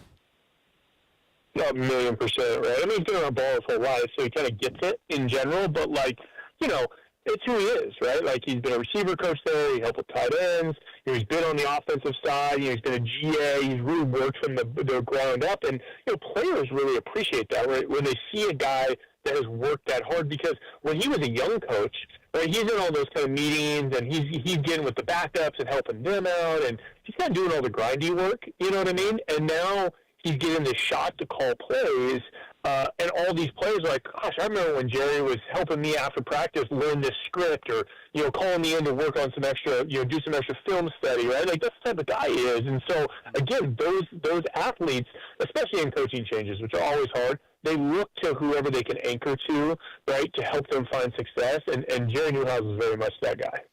We're talking with Alex Brink here on the Rip City Drive. The other thing that's starting to kind of bother me, Alex, is we got it from Lincoln Riley after the loss on the road at Illinois, and we got it from James Franklin after the loss to UCLA. I understand they're a little bit upset if they lose a tough game like that, but I don't need the excuse-making of the travel and the time change, because they knew what they were signing up for. They wanted to be a part of this conference. They knew the travel was going to be there.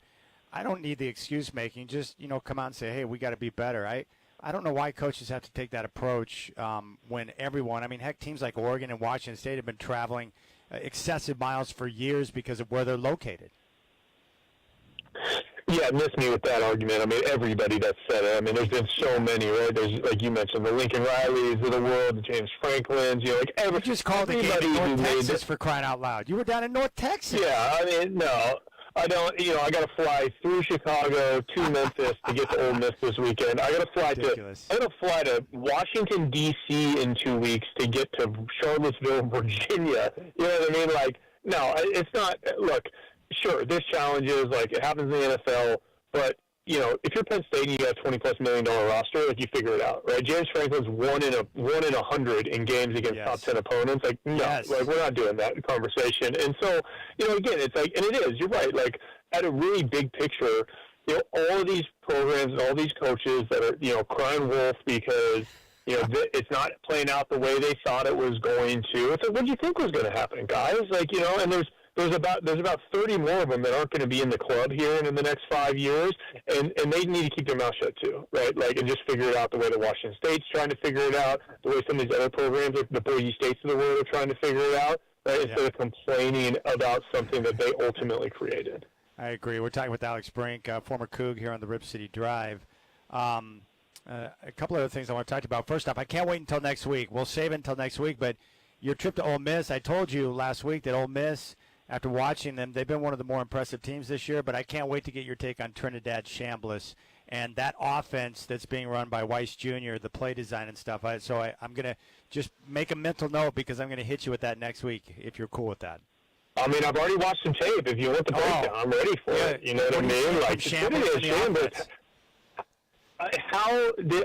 Size, obviously, but boy, Chambliss can flat spin the football and is an elite athlete. Like, the fact that he's playing D2 football up until now is incredible. He wasn't even a starter at Ole Miss going into this year, right? And he makes that offense go with his legs, his ability in the quick passing game to get it out. I mean, he is really special. And I think, offensively, to be honest, I mean, I think they're solid offensively, but without him pulling the trigger, I don't think they would be quite as productive. So they kind of fell into one a little bit with him, and was really impressed watching tape yesterday with him. I can't wait until you go. I also like the running back, Quan Lacey. I just like the way they play, and they seem to bring a physical aspect to it. So I think it's going to be a challenge, a good challenge, a healthy challenge for Washington State. All right, Texas got hammered by Florida. Another struggle for Arch Manning. What are you seeing right now in general with Arch that's leading to some of his struggles? And I'm not out on Arch. I just know that some guys take longer to develop. But what are you seeing with him right now? Well, there's the obvious on-field challenges that I think are exacerbated by, a lot of the off-field stuff that, frankly, is kind of out of his control. You know what I mean? Again, I've talked about this before. I think the powers that be really did him a disservice by kind of propping him up as a Heisman Trophy candidate and maybe the number 1 overall draft pick and like all these things just because of his last name, right? Like, there's plenty of markers along the way to say that Arch Manning's not there yet, not even close to being there yet. Yeah. Not that he's not a good player, but that there's just a long way to go, and they're playing a tough schedule, and I think Texas is down a little bit off of last year in general, and so he's kind of a product of all of that, and I think there's so much scrutiny on him as a person and as a player that it's making it all that much worse. I mean, can you imagine being I know he's getting paid a lot of money, but can you imagine being a 20, 21-year-old kid and trying to manage the expectations that were bestowed upon him with really no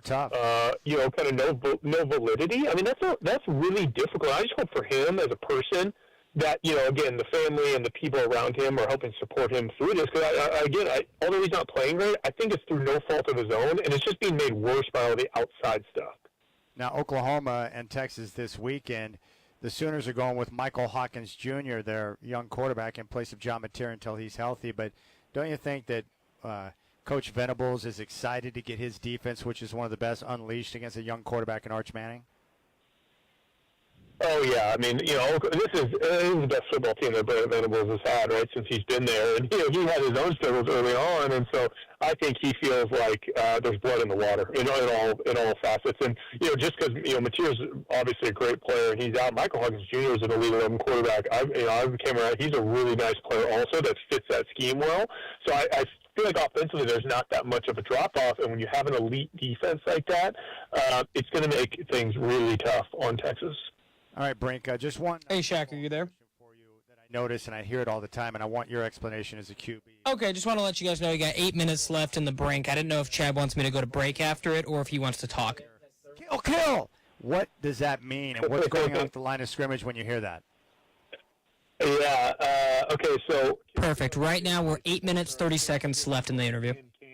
can and kill are a football term for we're changing Sounds the good. play to the second play in the huddle, or we're flipping it like flipping sides, right? So what happens is in the huddle, oftentimes now in the NFL, is they call two. They're the two plays, or I get you. one play that can go both ways, right or left, and so essentially I would get up and I would call, left, right slot, Fox 2 run, kill, Fox 2 pass, Y cross, right? So that's a run play first, and then I would if I like it. So at the line of scrimmage, the quarterback sees something he likes, and he says, kill, and it turns into, It kind of does, low key. turns into the pass play, right, in that sense. So that's kind of what's happening at the line of scrimmage. How often are two plays called in the huddle? Is that just situational, or does that happen often? Well, nowadays it's happening much more often, right? I think you heard Joe Brady talking about it after the Bills game. He kind of said we often call two plays in the huddle, and whether it's two full plays in the huddle or, like I said, maybe both ways, right? So I might call outside zone to the right, but I could can it to outside zone to the left based on the way the defense is aligned, right? So, that's really common. Say back when I was with Kyle Shanahan and the Houston Texans, I would say we did it maybe 30% of the time. For sure. And I would bet it's north of 60% of the time now, because offenses are much more sophisticated, players are more sophisticated, and that's just kind of the way the systems are built. That's a good question. We should talk about it. A couple of different things. One, the interception by Devin Lloyd where he baited Patrick Mahomes in the red zone to throwing that ball and then returning it was amazing. But I really enjoyed it. I like Trevor Lawrence, so I want him to succeed. What did you make of the way he battled, including that final touchdown run where he trips over his lineman, gets up, and runs it into the end zone, where if he gets stopped, the clock's continuing to run because they're out of timeouts? That was a wild football game.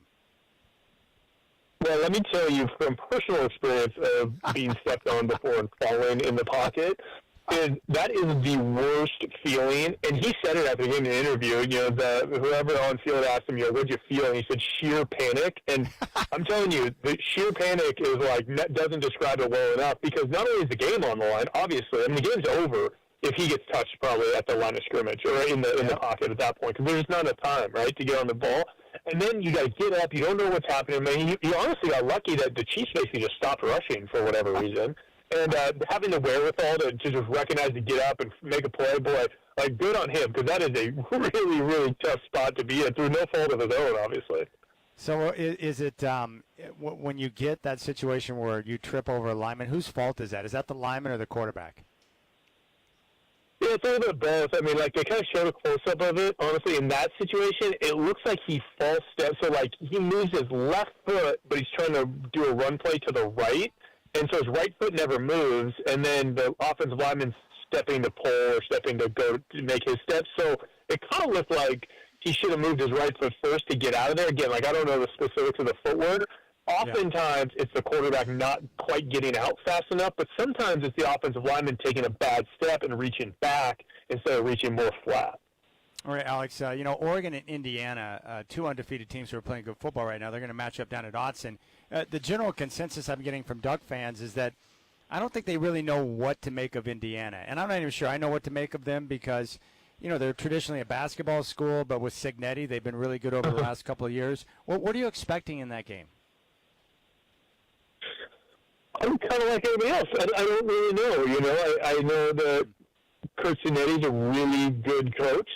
Seems to get his team, for whatever reason, and I don't know him at all, but just on peripherally, he seems to get his team ready to play week in and week out, which can be harder than you think for 19 to 22-year-olds. His teams always seem ready to play, right? And then I do know that he's got an elite talent at quarterback in Fernando Mendoza. A big, kind of prototypical pocket passer that's got a big arm, can hit every throw on the field. He's going to really stretch that Duck defense. I just don't know, and this goes back to our conversation with Oregon against Penn State, where I just feel like Oregon's front seven on defense and their offensive line are really good this year, and I think they can dominate in a physical way that Dan Lanning wants and that a lot of teams aren't ready for. And we already saw with Penn State that happen. And now I'm wondering if kind of Indiana in that Austin environment against a physical Duck team can hold up over 4 quarters. Yeah, that's the big question for me. One more football question for you. Miami looks really good. I've been very impressed. Obviously, their offensive line play is elite, not a surprise under Cristobal. I think the general consensus is that everyone agrees that Miami's got as much talent as anybody, but we all just keep waiting for Mario Cristobal to mismanage a game. But they look really good. What are your thoughts on the way they're playing right now? Well, I would say, first of all, coaches get better, right? Coaches improve, they get through their experiences, and, Mario Cristobal, I think, yeah, 100%. I think, and think back to when, obviously Lanning's young, and when Mario Cristobal took on Oregon, he was young, and these guys grow throughout their careers, and I mean, just compared to some of the great, compared to a guy like Pete Carroll, right? Like when he was at USC, he was, 50 years old, you know what I mean? And so, and then, these guys that are in their 30s coaching, they got a lot of time to learn, to try and learn the game, so they're going to make mistakes. So I think Coach Cristobal is getting better, and then I do think that straight up he was he called about 3 times. I think I'd been like caller number 5 and then caller number 15, but nope, by my letter, dude, he buzzed up as number 30, so I give him credit. Offering that to players, I think. Yeah, Carson Beck was. Yeah, Chad.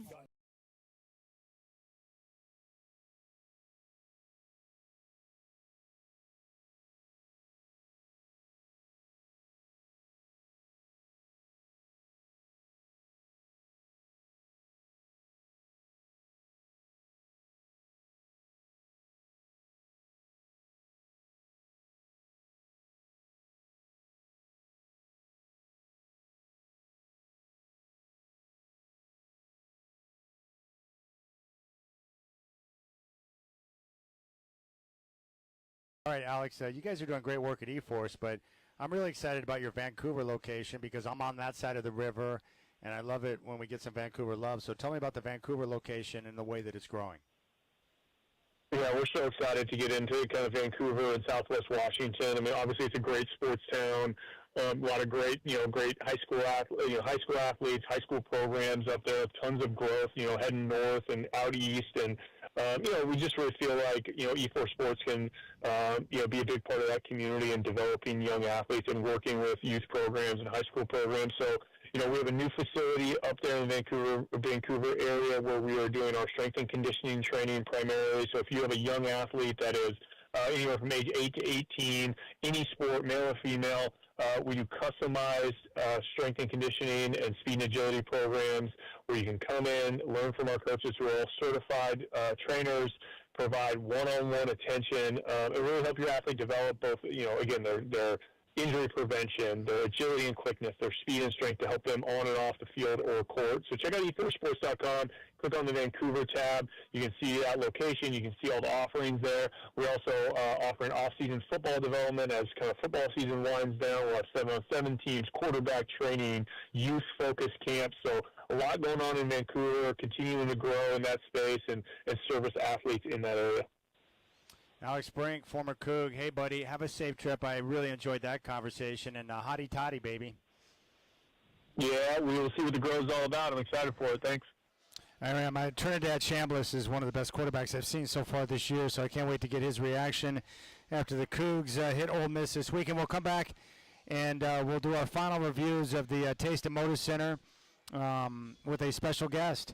I appreciate your time. Congratulations to Sean and Sandy who walked away with our Trailblazer ticket Tuesday. He was caller 30. And it was legit because Brendan went through all 29 before he got to Sean. All right, you got the Rip City Drive in your home of the Blazers, 620 Rip City Radio.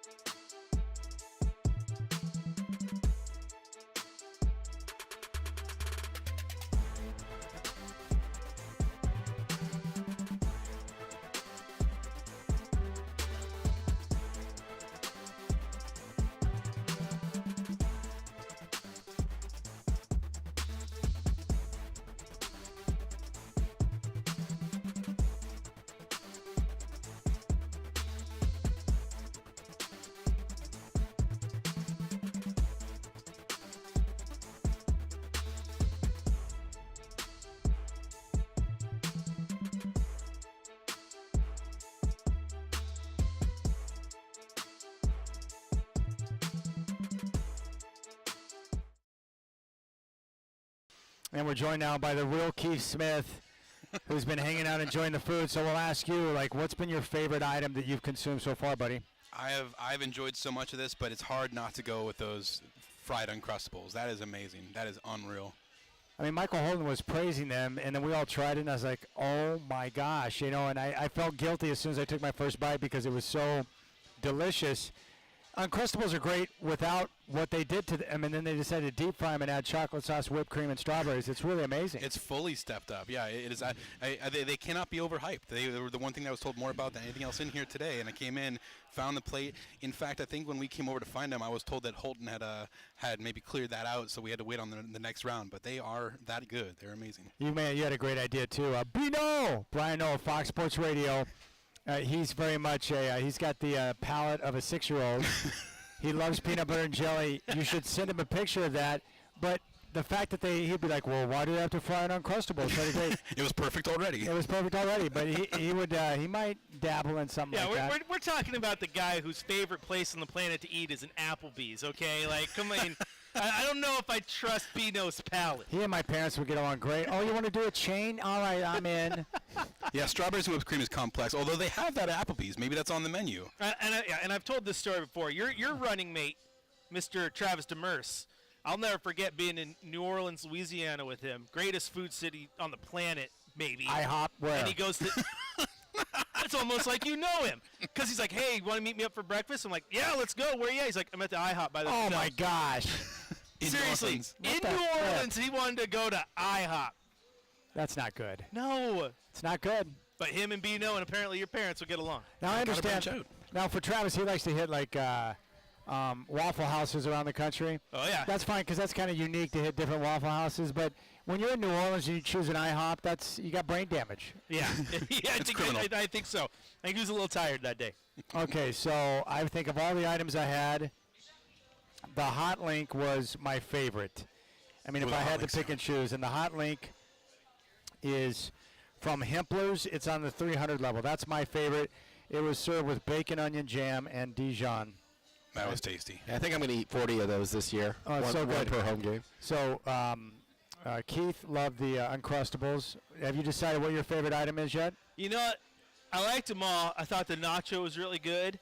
And then the burger that had apple and like a maple glaze on it with the Gouda, that was surprisingly good. But if I had to only pick one, I might go back to the nacho. That was just a perfect balance. The burger was the Crafters, which is on 100 and 300 level. The October burger with bacon, smoked Gouda, apple slice, and maple Dijon aioli. That was delicious. That was good. And so they're rotating the burgers? Is that what I understood? I think it's kind of so. swapping around from here to there? Yep. That was delicious. Shacker, what was your favorite item that you had? Was it the Hot Link or was it... It's a tie between the Hot Link and I love the premium nachos at Nacho X. Nacho.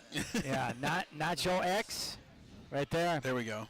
And so, and you guys, I didn't have the Nacho X, but you guys both commented that the chips were proper for a nacho of that size. They were good. There's still a few on the table. You get them before they go. All right. So, a win-win. You know, we were talking about this. I know you're a big local guy, Keith, but I love how the Blazers, they do a great job of bringing in the local fare, man. Oh, yeah. The more you can do locally, the better, I think. Especially nowadays, I think the fans are probably leaning more and more that direction as far as trying to support locally. So it's what you want to see. So what are you most excited to watch as the season gets underway? I'm anxious to see how the team latches onto the new offense with Tiago Splitter, and then I want to see the continued ascension with off-season development from Shaden Sharp. But like, what are one or two storylines you're going to be following closely as the season gets underway? I love that you brought up Splitter because I'm very curious how that works out, especially since the coaching we had did a nice job defensively, and now the comments about stepping up to the algebra level, I think is how Chauncey put it. Yes. I am super curious about Tumani developing as a ball handler, especially now that we have some time without Scoot when we're missing some ball handling.